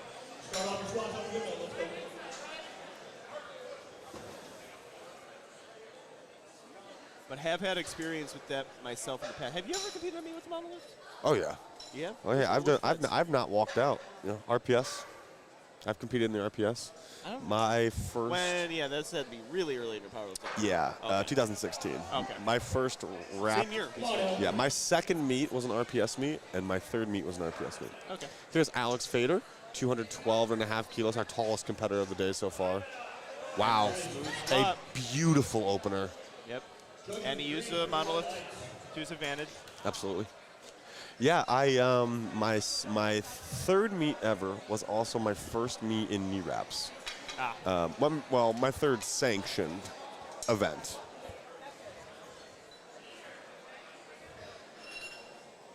Always fun. Talking about your first meet experience. Robert Farinas is going to be our next lifter coming to the platform at 215 kilos. Yeah, when we get deeper into these flights, the squat are going to start getting heavier and heavier. Platform is ready for Robert. Drew, you're on back. Phil in the hole.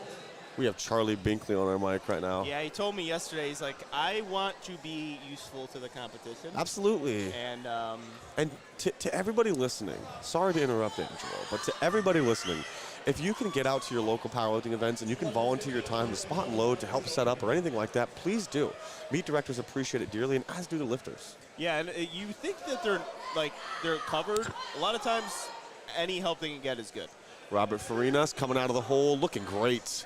Beautiful Yep. squat there from Robert. I'm a little blocked, but that was 3 white lights. Fantastic job. 215 kilos, 473 pounds for Robert. Drew Stocklean is going to be our next lifter, bringing the bar to 217.5 kilos, 479 pounds. So we have an update on, I think, our favorite lifter of the day, Carrie Ann Van Hattingham. He is from North Carolina, She's from Hendersonville. Hendersonville, North Carolina. Yeah, I think she's from Amsterdam. Okay. Yeah, I'm pretty sure she's from. I don't know who said that, even if they know her, but they're probably lying. She's definitely from Amsterdam. Drew Stocklean coming to the platform, 479-pound opening attempt.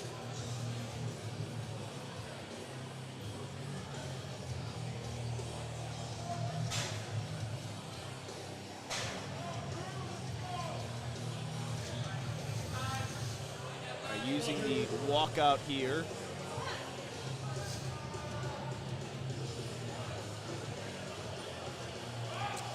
Little sticky, heavy little for sticky. an opener. We'll see how he goes as the day goes on. You'll see that Well, sometimes. he's got 2 red lights as well. And no depth. He did hinge pretty hard. Yeah, now that's one thing we see consistently. People get upset about. It's like, wait, his chest was hitting his knees or something. Right. Like, it's like, that does not mean you're getting depth. I've seen this happen a lot where they're just not getting depth. I don't know. Looking at the replay on that one, that was a Yeah. pretty deep squat. You know what? Maybe his elbows blocked his hips. If I'm being honest here, I don't know if it was pretty deep. It was still, I think it was still borderline. I Okay. think it's maybe potentially Okay. hard to see from the judges. Yeah, and what I will say, I would go up and wait though. right, with squats like that, man, sometimes, especially with guys with longer arms, their elbow could potentially block their the referee's view. Here's Phil Walzer getting ready to take a 220 kilo opener, 485 pounds.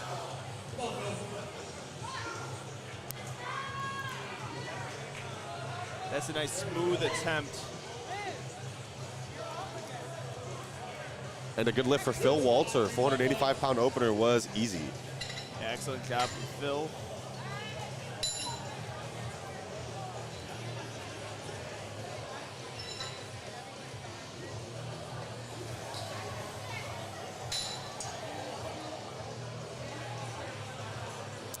Austin Van Dyke going to be our next lifter. And I believe this is our first squat today over 500 pounds. All right. I believe so. Heavy.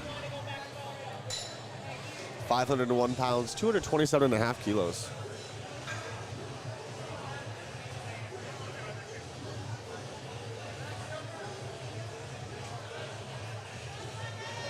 Platform is ready for Austin.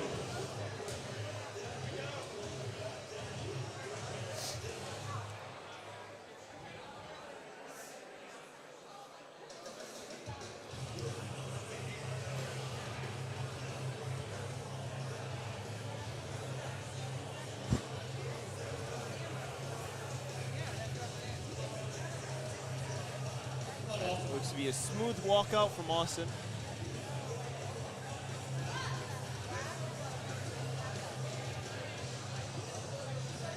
With the additional spotters and loaders now, looks solid to me. I cannot see depth though.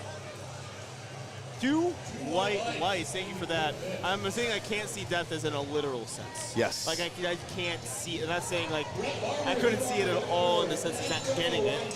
Saying in the sense that I can't see it. Legitimately not in our view. Yeah. Not that we didn't see him hit depth. Yeah, when we get over 500 pounds, you're gonna see more spotters. Are we gonna see more spotters on the platform? And it's going to impede our view just a bit.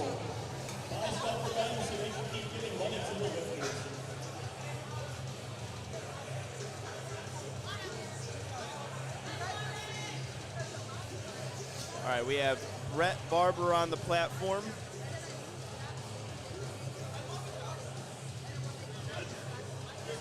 Attempting 230 kilos.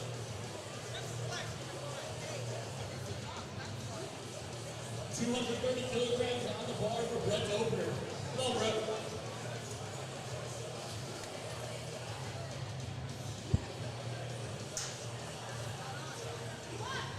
Squat command is given. To the basement indeed. Wow. Beautiful 507 pound squat there from Brett, and a good lift, 3 white lights. No doubt, 3 white lights.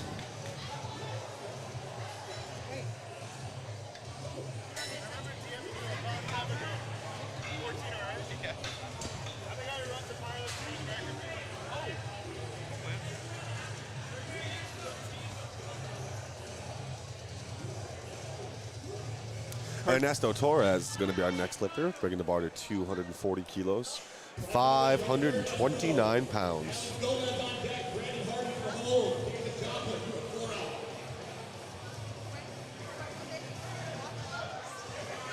Miami native, Ernesto. Ernesto's been dealing with a lot of bicep and elbow issues through this prep. So that would explain the compression. Yes. I did not know that was allowed. Yes, elbow sleeves are allowed on the squat and the deadlift. Looks pretty solid. Looks like, yeah, I agree. You can kind of see it. I've dealt with this before, trying to get some stability on the back, and your bicep tendonitis can really hurt you on that. Our referees are giving us a thumbs up, and that is a good lift. Yes. Good lift there. We have Alex Gomez attempting the same weights, 240 kilos.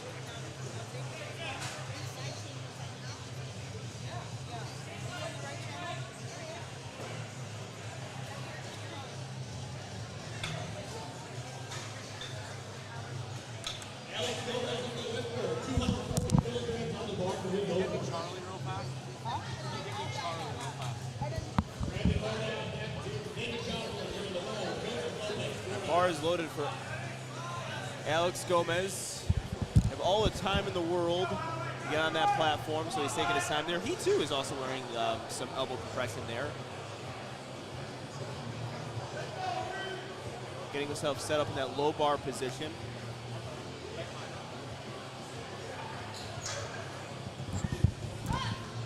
Squat command is given. Solid opener from Alex. That is we have a thumbs up from one of our judges, 2 thumbs up, so it's a good lift.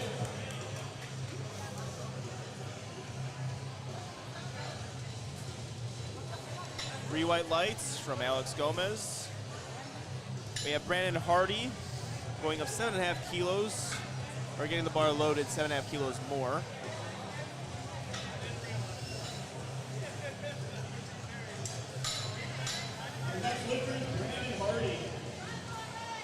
Platform is already also awesome comp tee. I love what I see here. It looks like a flannel looking comp tee. I'm a fan. All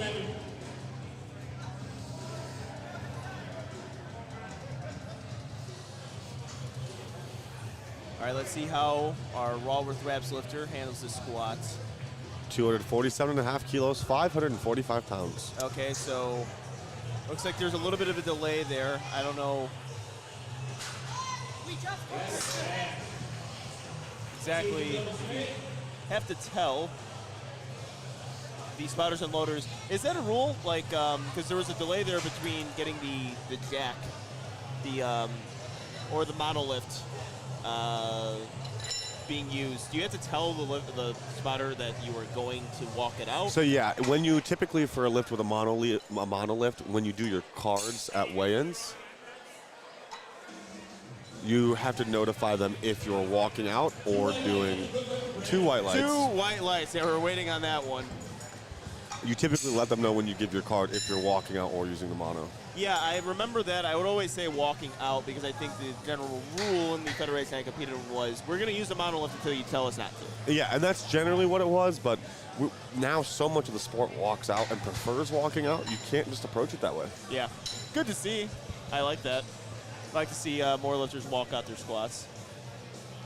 What's your take on that? Do you have a take on walkout squats versus monolift squats, on what it should be universal? Because I was like, so there's this argument squat's that a squat. Right, there's this argument that monolifts are safer, and I actually disagree. Yeah, I don't agree with that. And for a multitude of reasons, one mainly being that just taking a more athletic approach to getting your stance will just kind of guarantee a better balance. But also with a monolift, you're way more likely to kind of make unrealistic, more stupid attempts, heavier loads. And that's just more dangerous generally for everybody around you. The heavier the load, the more dangerous it is for you, the more dangerous it is for your spotters and loaders, the more dangerous it is for everybody. Yeah, I agree with you on that one. I think the big thing was what should be the norm or what is the most impressive thing. I remember Brandon Allen would talk about if you're removing the walkout, you're taking the most difficult thing away from the squat.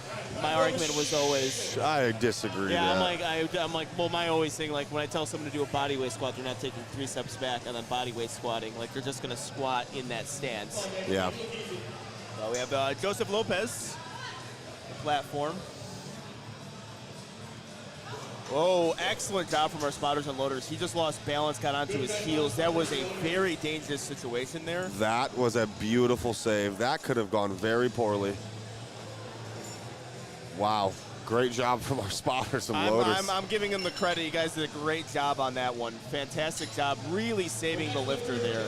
Yeah, I think just way too onto the heels and then try to push up, and then the balance is lost. Yep. He was in his wraps for a little while, too. There were some issues getting the weight loaded properly. Probably going to retake that. We got Travis Dyer getting 260 loaded on the platform. Again, got to thank the spotters and loaders, also our sponsors for the meet today. Pioneer, Rain,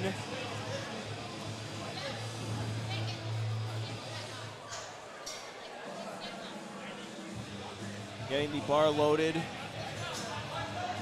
Platform is ready for Travis Dyer, or there was actually an issue in the order. The lifter Yeah. that just went wasn't Joseph Lopez. That was David Joplin. I was confused on that because I was as well. I'm like, I know David yeah, I know Joplin, and I was like, I wasn't but I positive never what was met him going in on. person, so I didn't want to get it completely wrong. Like maybe it's just not him. And this is Joseph Lopez, and that's a smooth squat, and that is a. We got thumbs up from our judges. It's a good lift. The lights we were waiting on, but it's a good lift from Joseph Lopez. At least 2 of the judges thought that was good. Yes. Okay, so now this is Travis Dyer. Yeah, real weird ordering there. Little technical issue.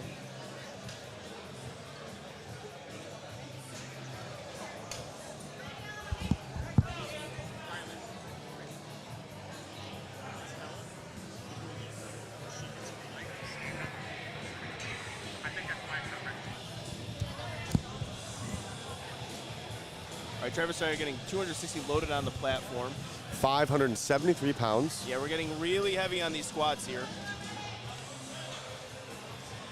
It's going to take a little bit longer too with the heavier squats, the more spotters and loaders, more weight to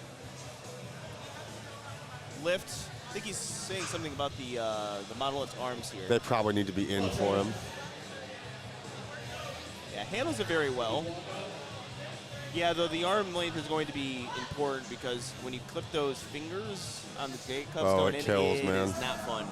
Ooh, yeah. Couldn't see depth from here, but the squat moved very, I very thought well. It was a very nice depth there.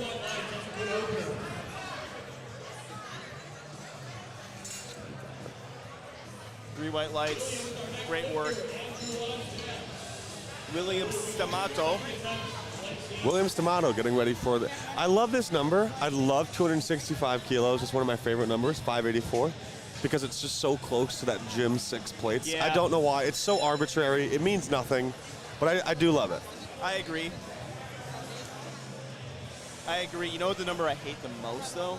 Oh, is- let me guess. 362.5 kilos, 799.9 pounds. No, only because you can easily. It's this 594. Ooh, wait, isn't it 595? 595. Okay, 595. Yeah, that is- But it's the same thing. It's Right. like just dude. Six. Yeah, do like, 6. Like I did that at a meet, and the people are like, "You're an idiot." Here's William Stamato taking 584 pounds. This guy's got some giant legs on him, but Used them dunks pretty it. well. Absolutely dunks it. That is 3 white lights, no question. 2 white lights, even better. 2 white lights. 2 white lights. That looked like 3 to me, but like I said, I'll be wrong all day, and I will own it. Yes. And if you're going to be wrong on anything, at least the lift was good. At least the lift was good, exactly. Andrew Saman is going to be our next lifter. 287.5. You know, we got to start meeting with these guys and just making sure That's a we lot have of the, names. we have the That's a lot of pronunciation of their last names. Andrew Saman, 287.5 kilos, our first squat over 600 pounds today. 633 pounds, a 90-kilo competitor. You know, he handles this. That was honest. That was definitely high.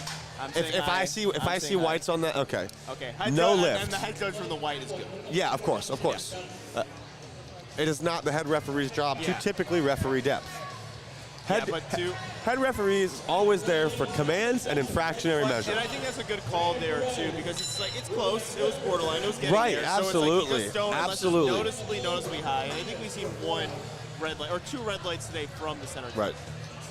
The head referee's job is more so to judge infractions and adherence to the commands. Yes. So it's literally as simple as are you listening to your commands and are you following your commands, and then some infractionary measures like taking a step during the squat, taking a step in between start and stop commands, downward motion, things like that. Yeah, we've seen less of that today.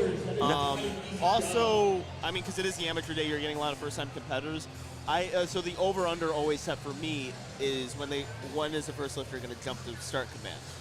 and it happens a lot, but it's a monolift mean. Monoliths so are easier because a lot of times, just generally, the head referee calls start as soon as the arms swing open. Yeah. It's not really done on a basis of balance or foot positioning the way it normally is in other feds.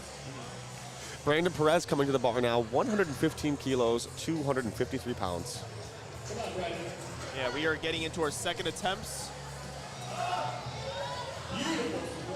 Beautiful squat from Brandon Perez and a beautiful second attempt for him and 3 white lights. Makes a 10-kilo jump. Based on how his first moved, I have no issues with that. You'll see today that this event is both classic raw and raw. So there will be sleeve lifters and wrapped lifters lifting alike all through the flights in no particular order. Yeah. The flights only ascend by barbell weight, and the flights are organized typically by body weight.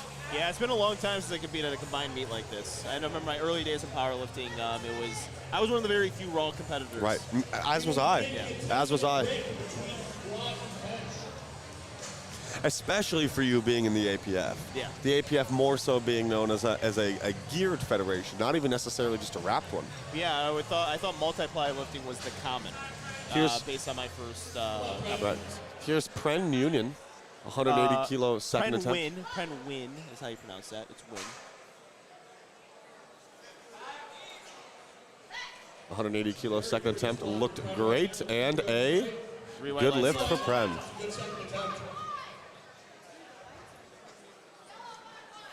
Drew Stocklean's going to be our next lifter. We're loading the bar up to 217.5 kilos, 479 pounds. Retaking his opening attempt.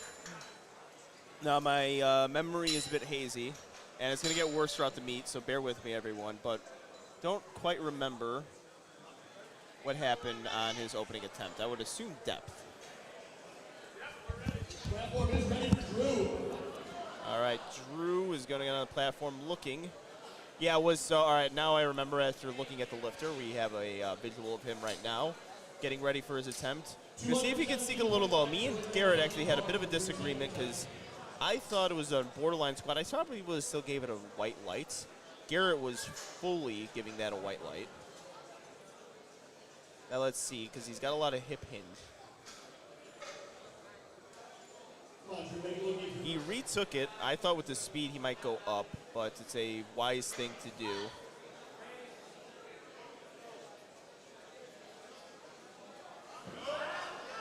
Ooh, a little harder this time. His opener, even though he got red lighted for it. And the second was good, 3 white lights. Yeah, but it was the same weight, but more of a struggle. Well, that's just fatigue. Well, potentially getting that depth too. Yeah, that can be a little more exhaustive when you've been training to a certain height. So that's one thing when we do previews, when we do analysis for 2 white lights, is if they're squatting high, and I'm not saying this lifter is doing that. I'm saying when we see it more so with other competitors on if they're consistently squatting high in training, and then the classic verbiage of it'll be there on meet day. Right. Well, when you try to get that extra depth on meet day, your leverage has changed, and then you're not all of a sudden. Lifter just fell. You're not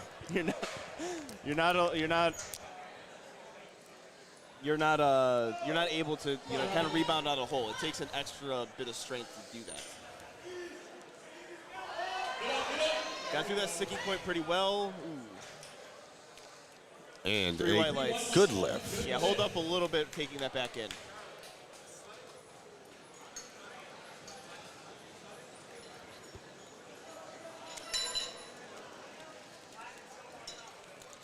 Alex Fader going to be our next lifter, 227.5 kilos, 501 pounds. All right. Let's see. Alex Fader, platform. Platform is ready for Alex. 227.5 kilograms on the bar. All right, 227 kilograms. Squat command is given. Very smooth as well. Very smooth, as expected from Alex. 2 white lights. I apologize. I'm trying to get lifting cast loaded on my screen here.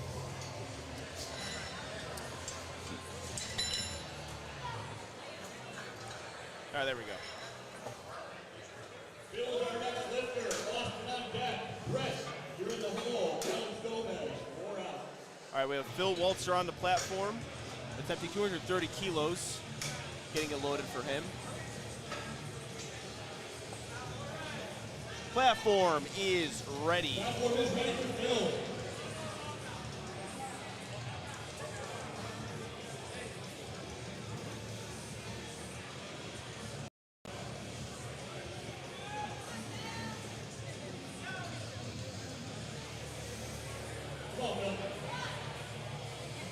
Squat command is given. Very similar to his opening attempt, consistent squatting, and that is going to be a 3 white lights lift. Fantastic job.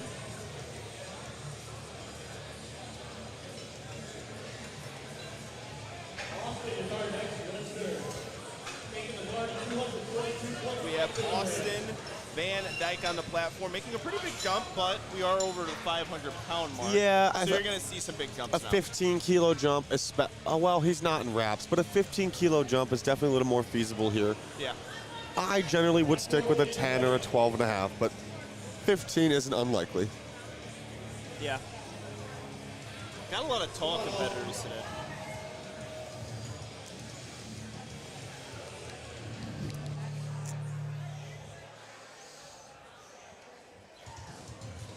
Austin Van Dyke on the platform now, 242.5 kilos, 534 pounds.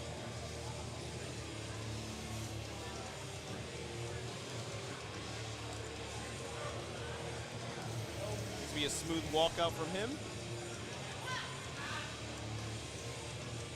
See, on a technicality, he got that squat command and then he moved his left foot. Technically, all 3 of those referees should red light him for that. Let's see what they do.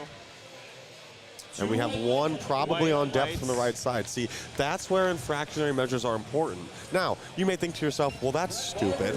Why would they red light a lift for that? But that is the rules of contest. Yes. That is how it goes. It is, and I think it's universal across every federation. Every single federation has that rule. And that's one thing, and it's a good thing that you brought it up, because that's one thing you would see on live stream comments. Right. Like, how did that get red lighted? Right. That was good depth, it was controlled, you didn't jump the rack command, didn't jump the start command, and that's the reason why it could be red lighted. When you see 3 red lights like that, that's usually the call. And that's why we're here, trying to tell you guys that information. We are getting ready for Brett Barber, bringing the bar to 245 kilos, 540 pounds.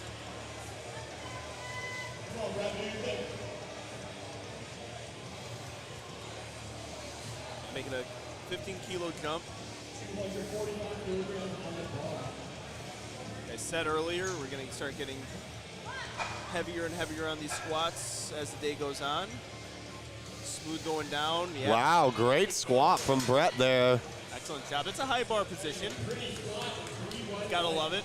3 white lights. I love the SBD singlet, the Pioneer wrist wraps, the Stronghouse elbow sleeves, the Inzer belt, and the SBD sleeves. Brett Barber saying, if you guys want to sponsor me, there's a lot to sponsor, okay? Like, I'm not putting myself in affiliation with anyone. Larry Bird used to do that, actually. Another sports ball reference. Interesting. Yeah, he used to switch up what shoes he would wear. Larry Bird was the cricket player Yes. from Alex The Gomez. famous cricket player. Alex Gomez coming to the platform now, 250 kilos, 551 pounds for Alex.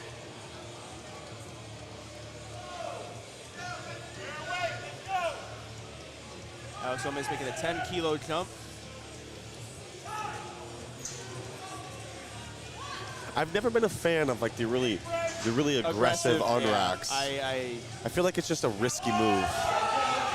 I would say so. It looks like a good squat See, from Alex. Even the finish, good lift from Alex, Well, 3 white lights. Even the finish, they kind of pop their shoulders. It's always the same. They start it that way, they end it that way. That's been a big change I've actually made in my own technique. Is not necessarily the unrack, is the descent going down with the, which you guys can't see what I'm doing right now, but the big brace. Right. Where I was moving my traps and shoulders really high to brace and Right. bringing it down. That would take me out of position a lot. As soon as I removed that and just controlled my squat, that was much better. And also, like, You know, everyone loves that Olympic style like Absolutely. squat. And they Boingy, try to boingy, do, whippy, they dippy. try to do it. That doesn't really help you in powerlifting Right. competitions. Like, you're not going to get that bumper plate whip going as well, so. See, personally, I had to incorporate a little bit of a bigger breath to allow my shoulders to move a little bit, just to get my brace locked in. Now, there is obviously... Yeah, there's a fine line. Exactly. 'Cause I was shrugging it. I was doing an exercise, really, Yeah. with my brace. Here's Ernesto Torres, 252.5 kilos, 556 pounds for his second attempt squat here. A solid squat. You're starting to see Ernesto's wrists crank back more and more and more. Yeah. He's getting out of the bar a little slower. You're definitely starting to see those elbows. Dude, I feel his pain so much. After getting to that low bar position, it's like, that's hopefully reduce the amount of pain that I feel on every squat so I can bench. Yep. Here's David Joplin now getting ready for a 255 kilo squat, 562 pounds. Had a little bit of trouble on his opener, Angelo. Yes, Spiders and Loaders did a great job. They're going to be probably on alert now, too, after he fell back. Just got on his heels, fell backwards. Hopefully he can recover. Happens in powerlifting. Yep. You know, it's the thing, like, people look at that and they see it as dangerous. Like, well, what do you, like, this is, of all the sports to lose your balance and potentially, like, fall backwards, this is like the sport, right? Right, You're controlling weight. It moves on you a little bit. I feel like that could go two ways. It is one of the only uniplanar sports. It's one of the only sports that's done on a singular plane. So you would kind of expect less balance issues. But I actually agree with you. Well, I'm going to say Just if it playing was devil's raw advocate. squat, if a raw squat, ooh. Very shaky, leaning forward. Doesn't really look like he has his feet here. Very fast, good squat, great recovery after that pick. And a good lift, a great lift. Mr. Joplin, great work. Brandon Hardy's going to be our next lifter coming to the platform, 260 kilos. Yeah, just because the leg shake doesn't mean that you're lost on the squat. No, absolutely not. John Hack. Right. Usually, John Hack's a little bit of a different story. When you're high bar squatting 700-something pounds, I think you're just going to shake. Well, he was shaking profusely. Right. But a lot of times, I mean, when you see, especially in a monolift, especially knee wraps, if someone's shaking or leaning immediately on the unrack, it usually means the tension through their feet and kind of generally, people will use like the terms base or center of gravity, just kind of hasn't been found. Brandon Hardy on the platform now, 260 kilos, 573 pounds, 12.5 kilo from his opening attempt. Yeah, we have. Smooth unrack, little higher bar position, not necessarily high bar. Quick squat, and three white lights. Fantastic. 2 for 2 on the day. I really need to talk to my sponsors and getting a flannel comp tee. I'm really liking how that looks. This is a free ad read for, I couldn't actually tell what comp tee that was, but that flannel is very nice. I'm a big flannel guy, Midwest. I think everyone's into flannels these days, though.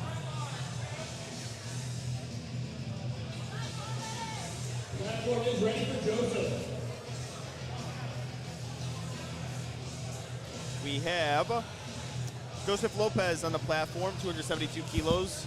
Nailed his first squat. Looking to go 2 for 2 on today. Travis Dyer is going to be on deck. In the hole is William Stamato. And Andrew Saman is 4 out.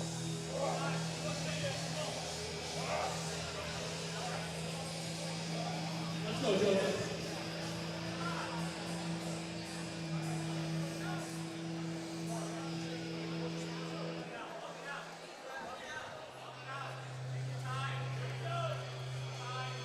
Being patient with that walkout, always, I think, a good thing. Rushing the walkout when you're trying to balance 500 plus pounds in your back is always a difficult thing.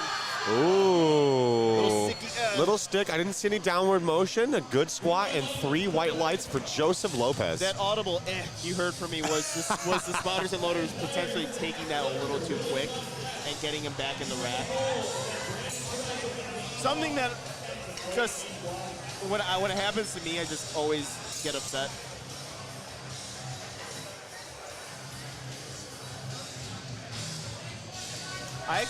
I do tell the spotters and loaders to just not touch it. Like, Yeah. I just tell them, like, I'm going to walk it in. If I get stuck, just then lift it. because that's Dude, Travis Dyer is a massive human. yeah. He We is- got a lot of massive human beings on Flight C He's right not tall, he's not wide, he's all of it. He's Yeah, just he's- a big dude. now. Got a very aesthetically pleasing squat too. Check out this squat, guys. This is nice. Very perfect Nice. depth. Look at the Nice. confidence and the awareness. Nice. The awareness of a lift like that through the roof. 2 to white 1. lights. I disagree with that. That should have been 3. What is that red light for? Let's start heckling. Come on. Let's start heckling. I'm about to start heckling. Well, the good thing is that we know the side one, so we can. Some of these red lights are just a little out of place. I really haven't seen a lot of misplaced white lights. You know, where someone got a white light they didn't deserve. I haven't seen gifted lifts, No. which we talked about it. It's always a source of conversation. Gifted lifts, and so far, this is kind of the scouting report we're getting for the pro day tomorrow. Yep. Where records are going to be. But we almost can't even Push. use this day as consideration, you know. Sometimes referees get a little bit starstruck when some of these bigger lifters are in front of them. And the crowd, dude. Yeah. Like, that's the big one for me. William Stamato on the platform now, 282.5 kilos, And he 622 pounds with for a those solid. With those big tree trunk legs, able to get that depth beautifully, especially wrapped. Excellent job, no doubt there. 3 white lights. 3 white lights. Andrew Saman is going to be our next lifter, bringing the bar to 287.5 kilos, 633 pounds. Yes, he misses on depth. 2 red lights. Xavier recovers. Attempting the same weight. To me, I think that's a good call, retaking that. 'Cause I think it was one of those noticeably high squats.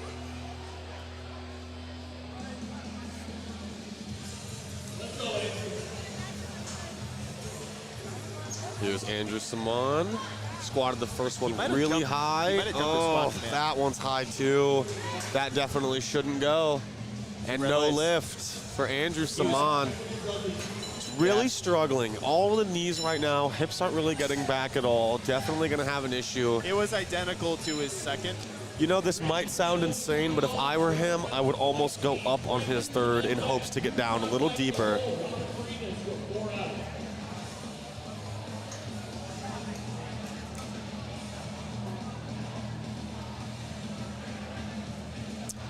We have some questions about spotting and loading. So for safety purposes, it's always important that the back spotter keep his hands at the side or directly under the bar during the lifts for squats. If something like, you know, the bar were to slip off the lifter's back, it's important that that back spotter can catch it. We're back to the top of the order now with Brandon Perez starting off the third round of attempts in Flight C squats. Here's a 130 kilo third attempt from Brandon. He finishes the squat and So deep. 3 white lights. 3 Excellent white job. lights. Great work. 3 for 3 on squats. We have Fred Wynn on the platform. Getting the bar loaded for him. We got the torque cam going. The Obsidian Ammonia torque cam. The famous torque cam. This is going to be a 17.5 kilo meet PR for Pren. He opened today with his current meet PR, so he's already had a good day so far. Already PR'd his squat by 10 kilos. Yeah, we're seeing some solid lifting from Flight C. Some squat command is given. So to set down. That looked like a wonderful squat. I don't see any reason it shouldn't pass. 3 white lights. Excellent. I think a perfect attempt selection as well. Drew Stocklin going to be our next lifter, bringing the bar to 222.5 kilos, 490 pounds.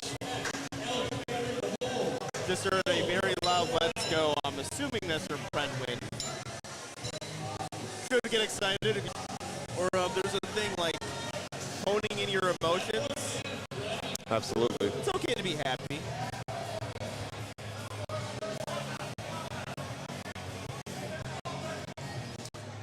Drew Stocklin here doing his first meet in knee sleeves.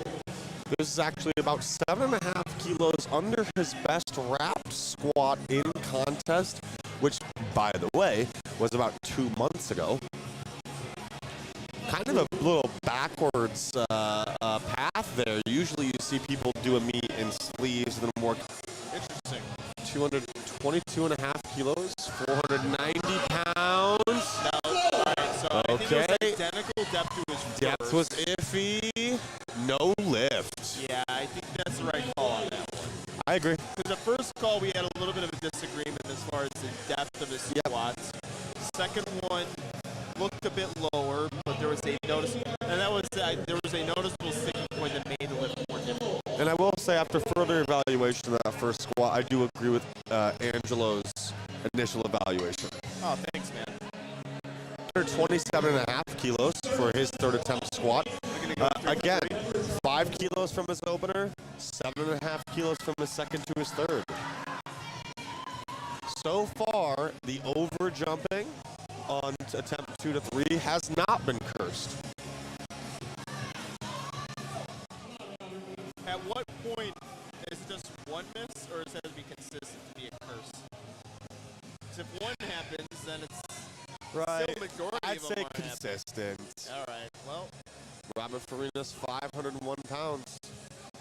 perfect it looks like. Let's see what the judges say before I speak too soon. 2 white lights. Fantastic. 3 for 3 on squats. Excellent work. We have Alex Fedor on the platform doing 237.5 kilos. On deck will be Phil Walter doing the same weights, and then Austin Van Dyke in the hole. This will be a 17.5 kilo attempt for Alex, but a 7.5 kilo PR attempt based on his best wrap squat in contest. So Yeah, his squats look so smooth today. Who said tall guys can't squat? I can squat. I'm 6'1". I'm tall for powerlifting. Yeah, you are. Yeah. I mean, you could squat. Well, I just can't powerlift. You know what's funny? Hold on. That's such a narrow stance, too. I'm really liking what I see. Takes it down. One of my favorite finish. lifters of this flight, definitely. Let's see what the judges say before I talk to you. 2 white lights. Fantastic job. It's funny how it means something different. I'm like, well, you could squat. Yeah.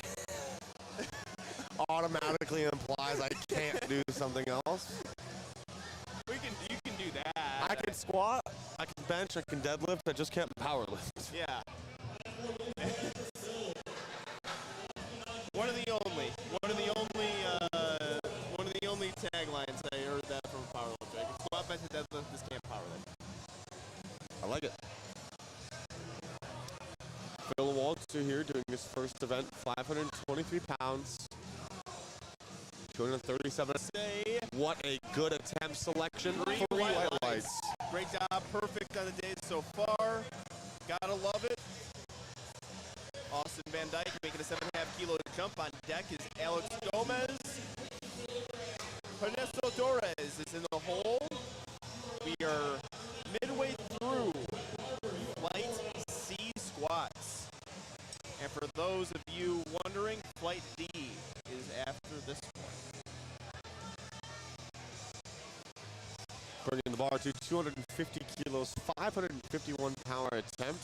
He has already PR'd his squat in contest by 2.5 kilos today on his second attempt. We'll see what he does here on his third. Made a 15 kilo jump from 1 to 2 and a 7.5 kilo jump from 2 to 3. Seems reasonable based on how the last attempts moved.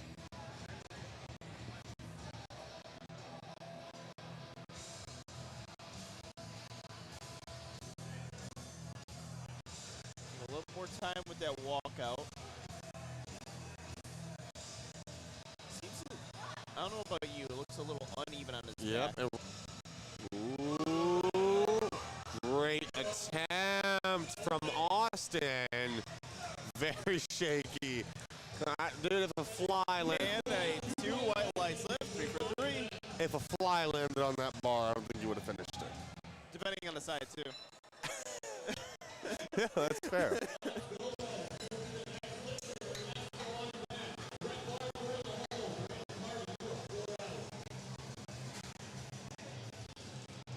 Alex Gomez coming to the platform now, 255.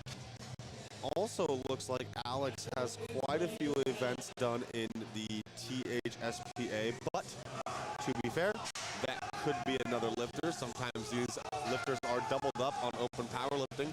So what we will say is this is more than likely a 12.5 kilo PR for Alex Gomez. He PR'd his squat on his second attempt with 250 kilos. That was a 7.5 kilo meet PR. Here he goes with a 5 kilo jump from his second to his third attempt here with 562 pounds, Alex Gomez. Probably moved around on his back a little bit, caused some balance issues. Ooh, depth looked a little shoddy there. No lift. I agree with you on that one. I agree with the judges. I think they did a great job there. I actually had pretty good visibility of that one as well. That one was just a good angle for us. Yes.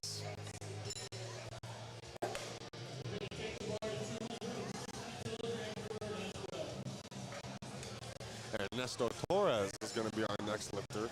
Ernesto definitely struggling with some bicep tendon out from the bar, bringing the bar to 260 kilos for Ernesto. This here will be a 12.5 kilo meet PR attempt for him. He did PR his squat on his second attempt with a 5 kilo meet PR.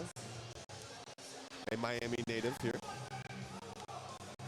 Yeah, hopefully you can see him really get a stable squat position. I mean, it's a difficult thing, you know, when you have that shoulder bicep pain. Or wrist cranking more. So squat's in position.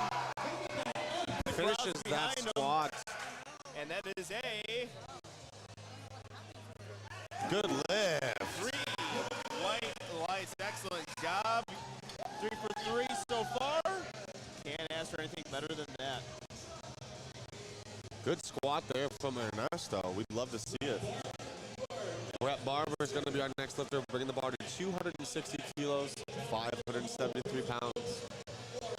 This here will be a 17.5 kilo attempt. Made 15 kilo jumps even the whole way up. I'm expecting to see some good movement here. Yeah, I agree. A very nice, aesthetically pleasing squat.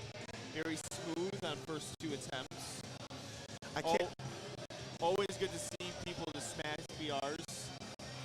I can't be sure about 2 of the events he's done, but from what I can see, it looks like he hasn't really ever missed a squat attempt in contest. Some pretty solid selection here. Really looks like he's only missed experience. People miss less squats. Less squats, yeah. It's too much to give up on the total, I feel like. People will be typically. I'm extremely conservative on my squats.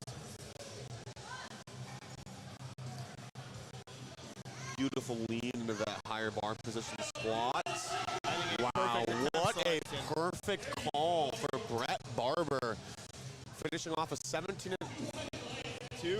white lights. A 17.5 kilo squat PR. Excellent work. 3 for 3 on the day. Brandon Hardy going to be our next jump from his second.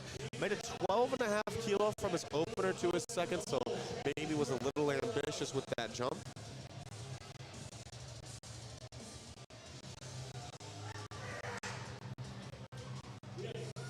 This here will be a 15 kilo classic raw PR for Brandon. Has had some struggles in his last few meets and wraps as far as hitting attempts. Only went 1 for 3 in his last event in May. Really gets close with that grip too. Wow. Had tons left in the tank. He had something to prove today. 3 white lights. Great work.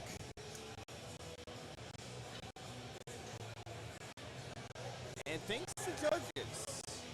I always love that. Something saved usually for deadlifts. It was actually, I always think I'm going to thank the judges, and I forget. Right. For me, I never did it until I saw somebody else do it, and I was like, that's a really cool thing to do. I never thought about it. The same thing with me. You know what? I thank all my referees, and I thank my spotters and loaders. And Everybody out there should too. Yeah. I just started winking at all three judges, and they're like, what are you trying to do? David Joplin coming to the platform now. Had a little bit of struggles in his opening squat. Had a great second attempt squat. Pretty shaky on the unrack. Looks like he's having a little bit of balance issues. He found his footing enough, and it could just be the way he squats. Looking to take a 5-kilo PR here at only his second time squatting over 600 in contest. Oh, Good get save. some downward motion. Yeah. And the spotters take it immediately, which I absolutely love. Yeah, spotters were very quick on that, which is good to see. Great attempt from David Joplin there. All right, 1 for 3 on the day. Bit unfortunate, yeah, and he lost a little bit of tightness there going into the hole. And probably had to make a little bit of a bigger jump than he wanted from 2 to 3 because of that mishap on the opener. Yep, that is always a difficult thing, is trying to... Joseph Lopez is going to be our lifter now, bringing the bar to 282.5 kilos, 622 pounds. This will be a 10-kilo PR attempt for Joseph Lopez. He matched his all-time contest PR on his second attempt. And we are looking to see him go 3 for 3 on squats of the day. A little bit of an aggressive unrack again. Yeah, and that becomes all the more difficult when you walk out. Absolutely, especially in knee wraps. Oh, no lift for Joseph Lopez. Unfortunate for him, goes 2 for 3 on squats. We have Travis Dyer, going to go 282.5 kilos. William Stamato will be next. Oh, actually, not my mistake. William Stamato will be third. On deck would be Andrew Samad. And William Stamato would be in the hole. Yes. The order has changed on us. Travis Dyer going to be coming.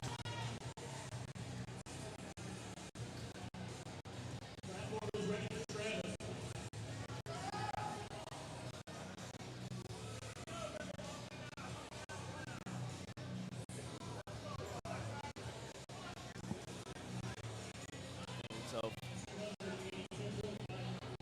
Travis Dyer has been definitely a favorite of ours so far. So big, man. So big and a very composed squat.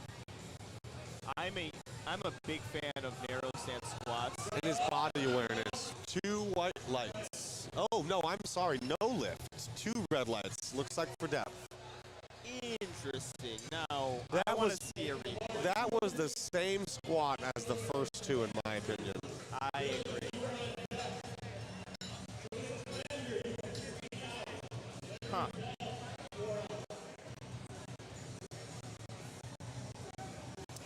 Definitely think that should have passed. Yeah.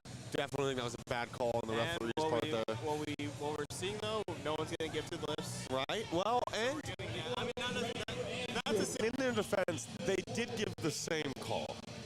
So, you know, we have to take a step back and just understand that the referees are there to do their job.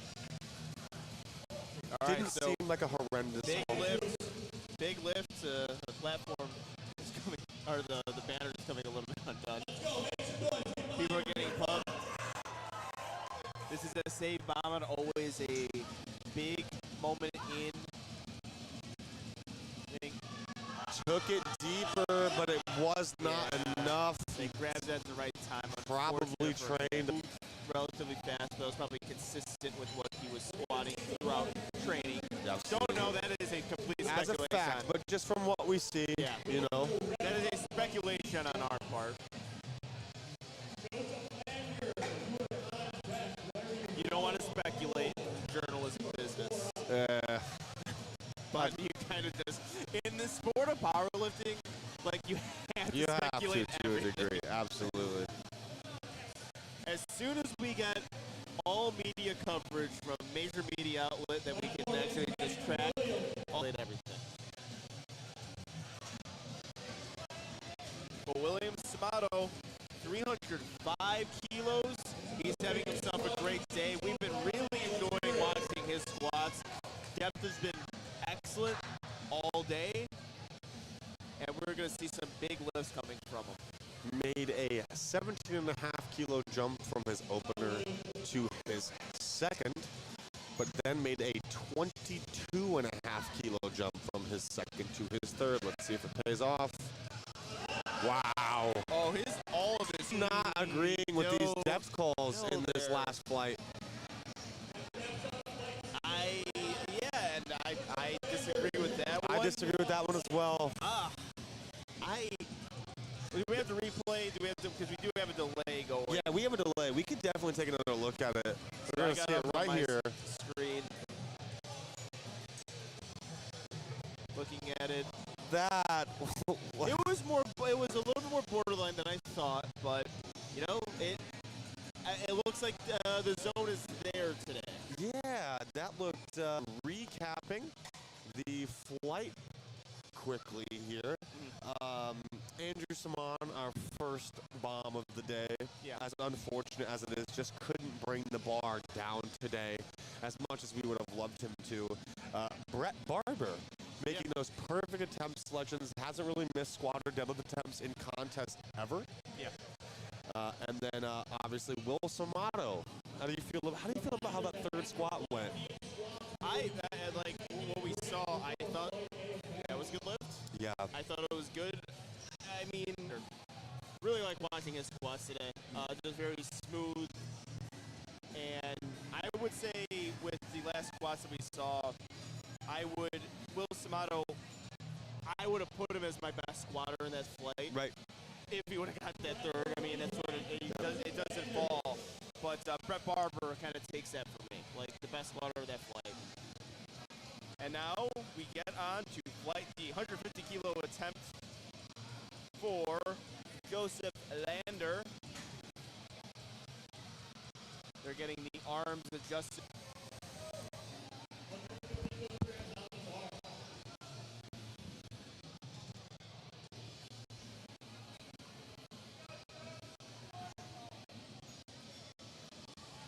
Uses the monolith to his advantage. Gets depth, very smooth. That is a good 3 white lights lift. Excellent work from Joseph Lander. We have Larry Mitzel on the platform. Crawford Larry Mitzel on the platform. 187.5 kilos.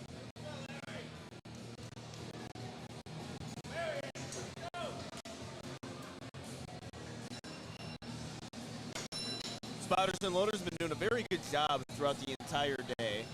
They've been pretty great with keeping the lifters safe is what you always want to see, keeping the lifters safe when they miss lifts.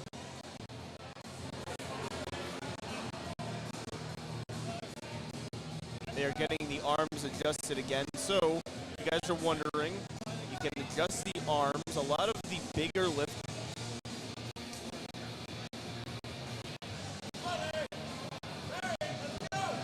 So, Larry is arms in to get himself in a better low bar position. Looks like he's going to walk out his squat.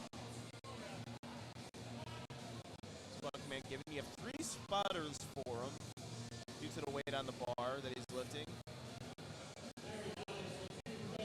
Walk-in is good, and a 3 white lights lift.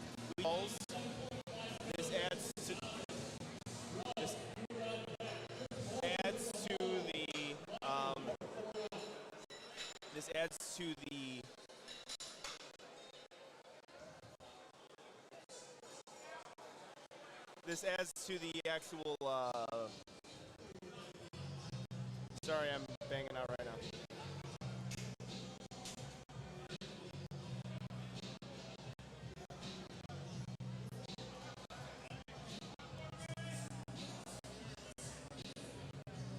Is ready for Thomas.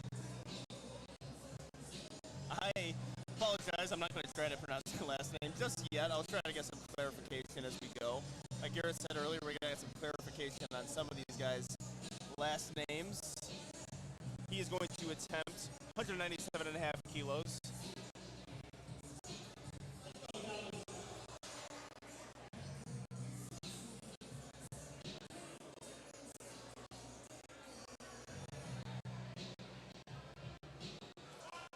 squat command is given. That is a 3 white lights lift. Fantastic. We have Russ Wood coming up next. Chris Boldrin on deck. And then in the hole is Michael Lauer.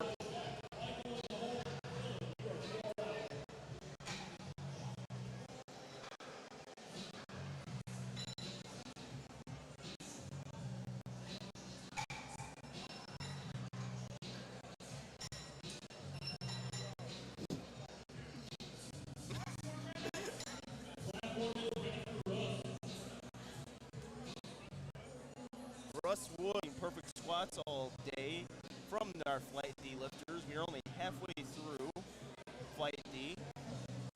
Walking out of squat. Going out pretty fast there. Hopefully does not jump these commands. He's looking straight down. Let's see what the judges say. 3 white lights. So when you look straight down, it's hard to see and hear the rack commands.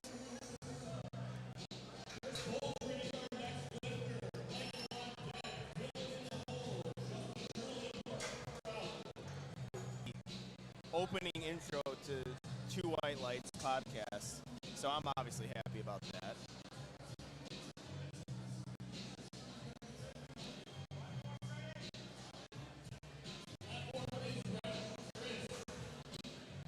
All right, let's see what Chris Boldrin could do with 210 kilos. Raw with wraps lifter. Now you're going to start seeing how the different judges are going to judge these things. So we're going to get a lot of comments. We're going to get a lot of discussion going in this meet as far as judge consistency going. So it can be consistent for the flight, not necessarily for the entire meet, because when they're different judges, they're going to have different ways of calling things. To me, that is a very deep raw with wrap squat, and that is a 2 white lights lift. Fantastic job.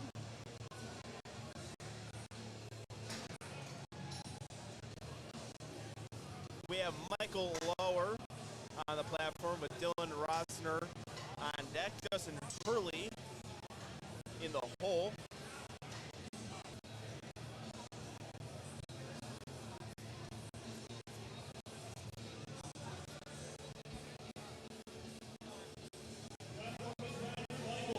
Platform is ready for Michael Lauer, attempting 495 pounds, or 96 pounds. They're going to move the arms in for him.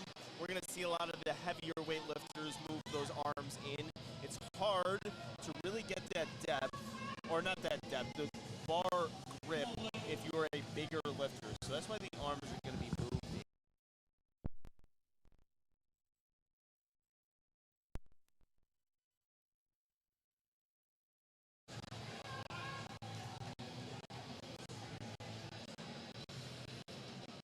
Slow descent going down.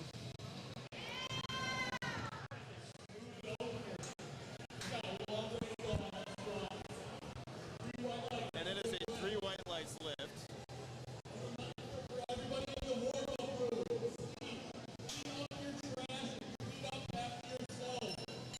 We have Dylan Rosner on the platform, so Flight D so far has been perfect. We've seen only hit attempts. We're seeing a lot of green on lifting cast. I'm actually pretty happy. Of course, with the technical issues aside, pretty happy with the lifting cast being used this meet. It's a lot easier to keep track of hit attempts, miss attempts, also the lineup of the lifters.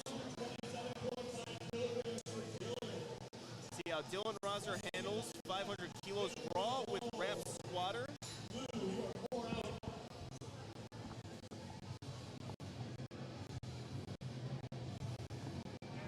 Arms, you're going to see this a lot from our bigger lifters. Very similar if you're used to the combo rack, moving the uprights in.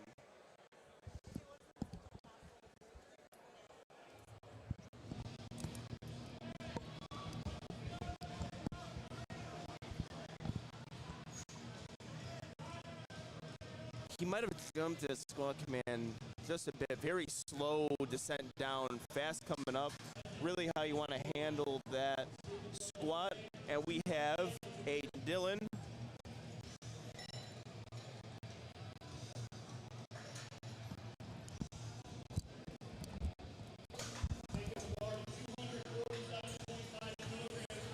Justin Hurley on the platform with 247.5 kilos being loaded on the bar. They're getting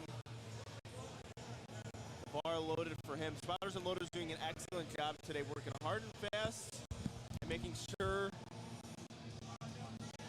that the meet runs smoothly. We have Victor Vogel on deck. Lewis Nutter will be in the hole. We have a lot of lifters in this flight, so we're about halfway through. We're just about getting to that point where we're over a halfway mark of Flight D lifters. Platform is ready for Justin Hurley. Got a full minute to take it on the platform.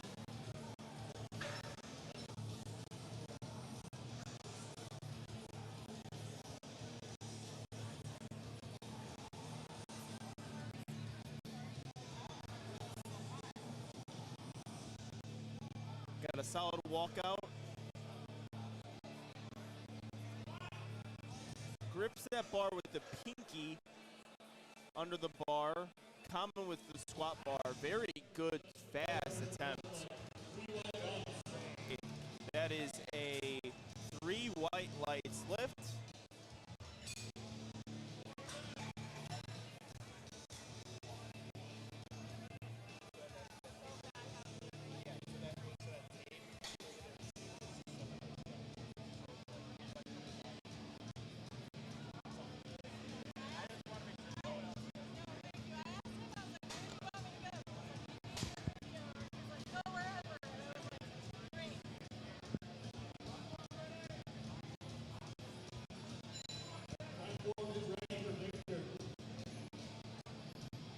All right, we have Victor Vogel on the platform, 250 kilos being loaded. Again, uprights in. Ooh, a little uneven. He's got to adjust it on the bar just a bit. Recovers well. Hopefully, maybe it's just how he squats. It is a thing.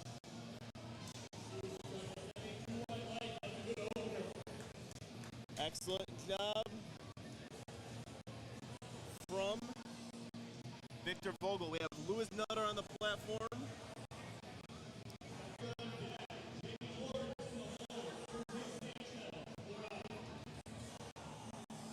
All right, we are still on our openers of Flight D. We are here in Miami, Florida for the Pioneer Ghost Clash, ran by the WRPF. Big money meet. This is the amateur day. We have the pros going tomorrow. Right now, looking at the attendance, a very packed meet. It's getting hot in here. It is Miami. It's like 80 degrees out here. So this is going to add an extra element to the competition. 50 kilos for Lewis Nutter. The bar is loaded. You have all the time in the world to get on the platform. You have a minute before you time out. There's Mr. Lewis's beautiful hair. I met him at the previous meet that I commentated, and his hair is just stunning. His look is stunning. Let's see if that squat is stunning.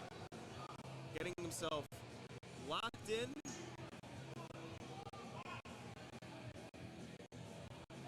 Sets himself up, slow descent down what you want with a red lights, one from the center. And the judges from the center is saying it was high. Interesting. Let's see if he can come back and take that again.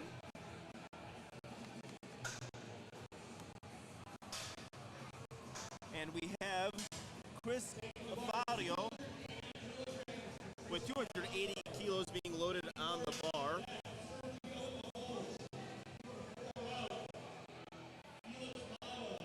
And again, I think I'm going to do less talking about depth right now because it's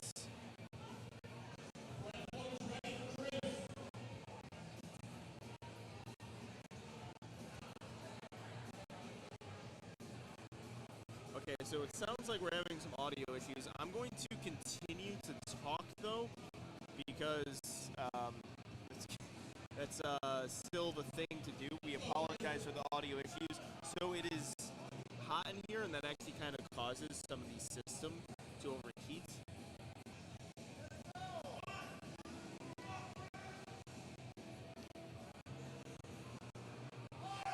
Looks to be good depth from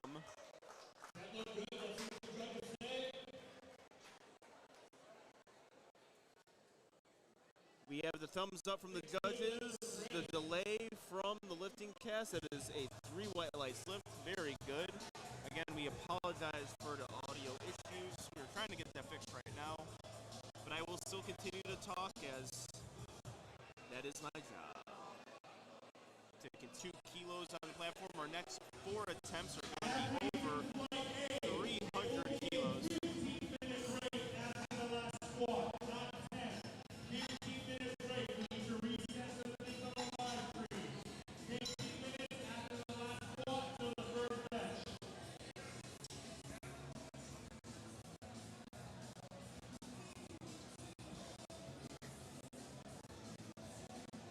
Jamie Lawrence getting the bar loaded. They're getting the uprights moved in for them. Our reps, we are starting to see a lot of weight being loaded on the bar.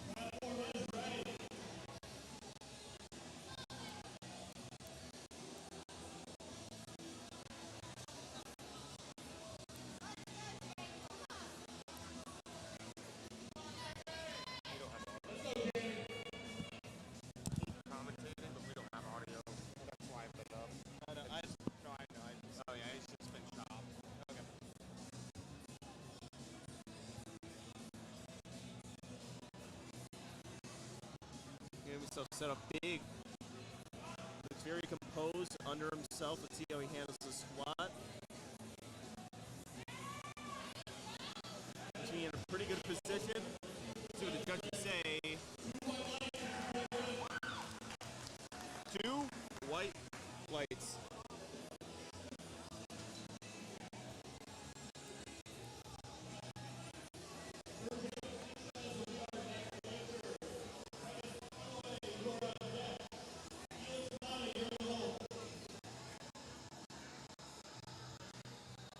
We have Sergio Sanchez Jr. We are getting the bar loaded for him.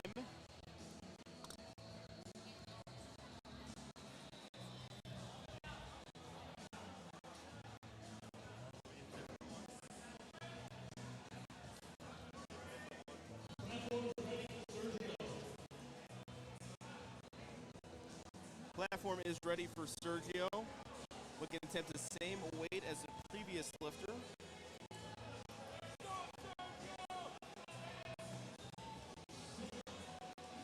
Opener, walk out. Gets a bit stuck there. It happens on occasion. Looks like he recovered well. Let's see what the judges say. 3 red lights, so it looks like we're getting depth calls from the center judge as well, but when it's 3 reds all the way through the board, that tells you something. So 3 red lights on depth.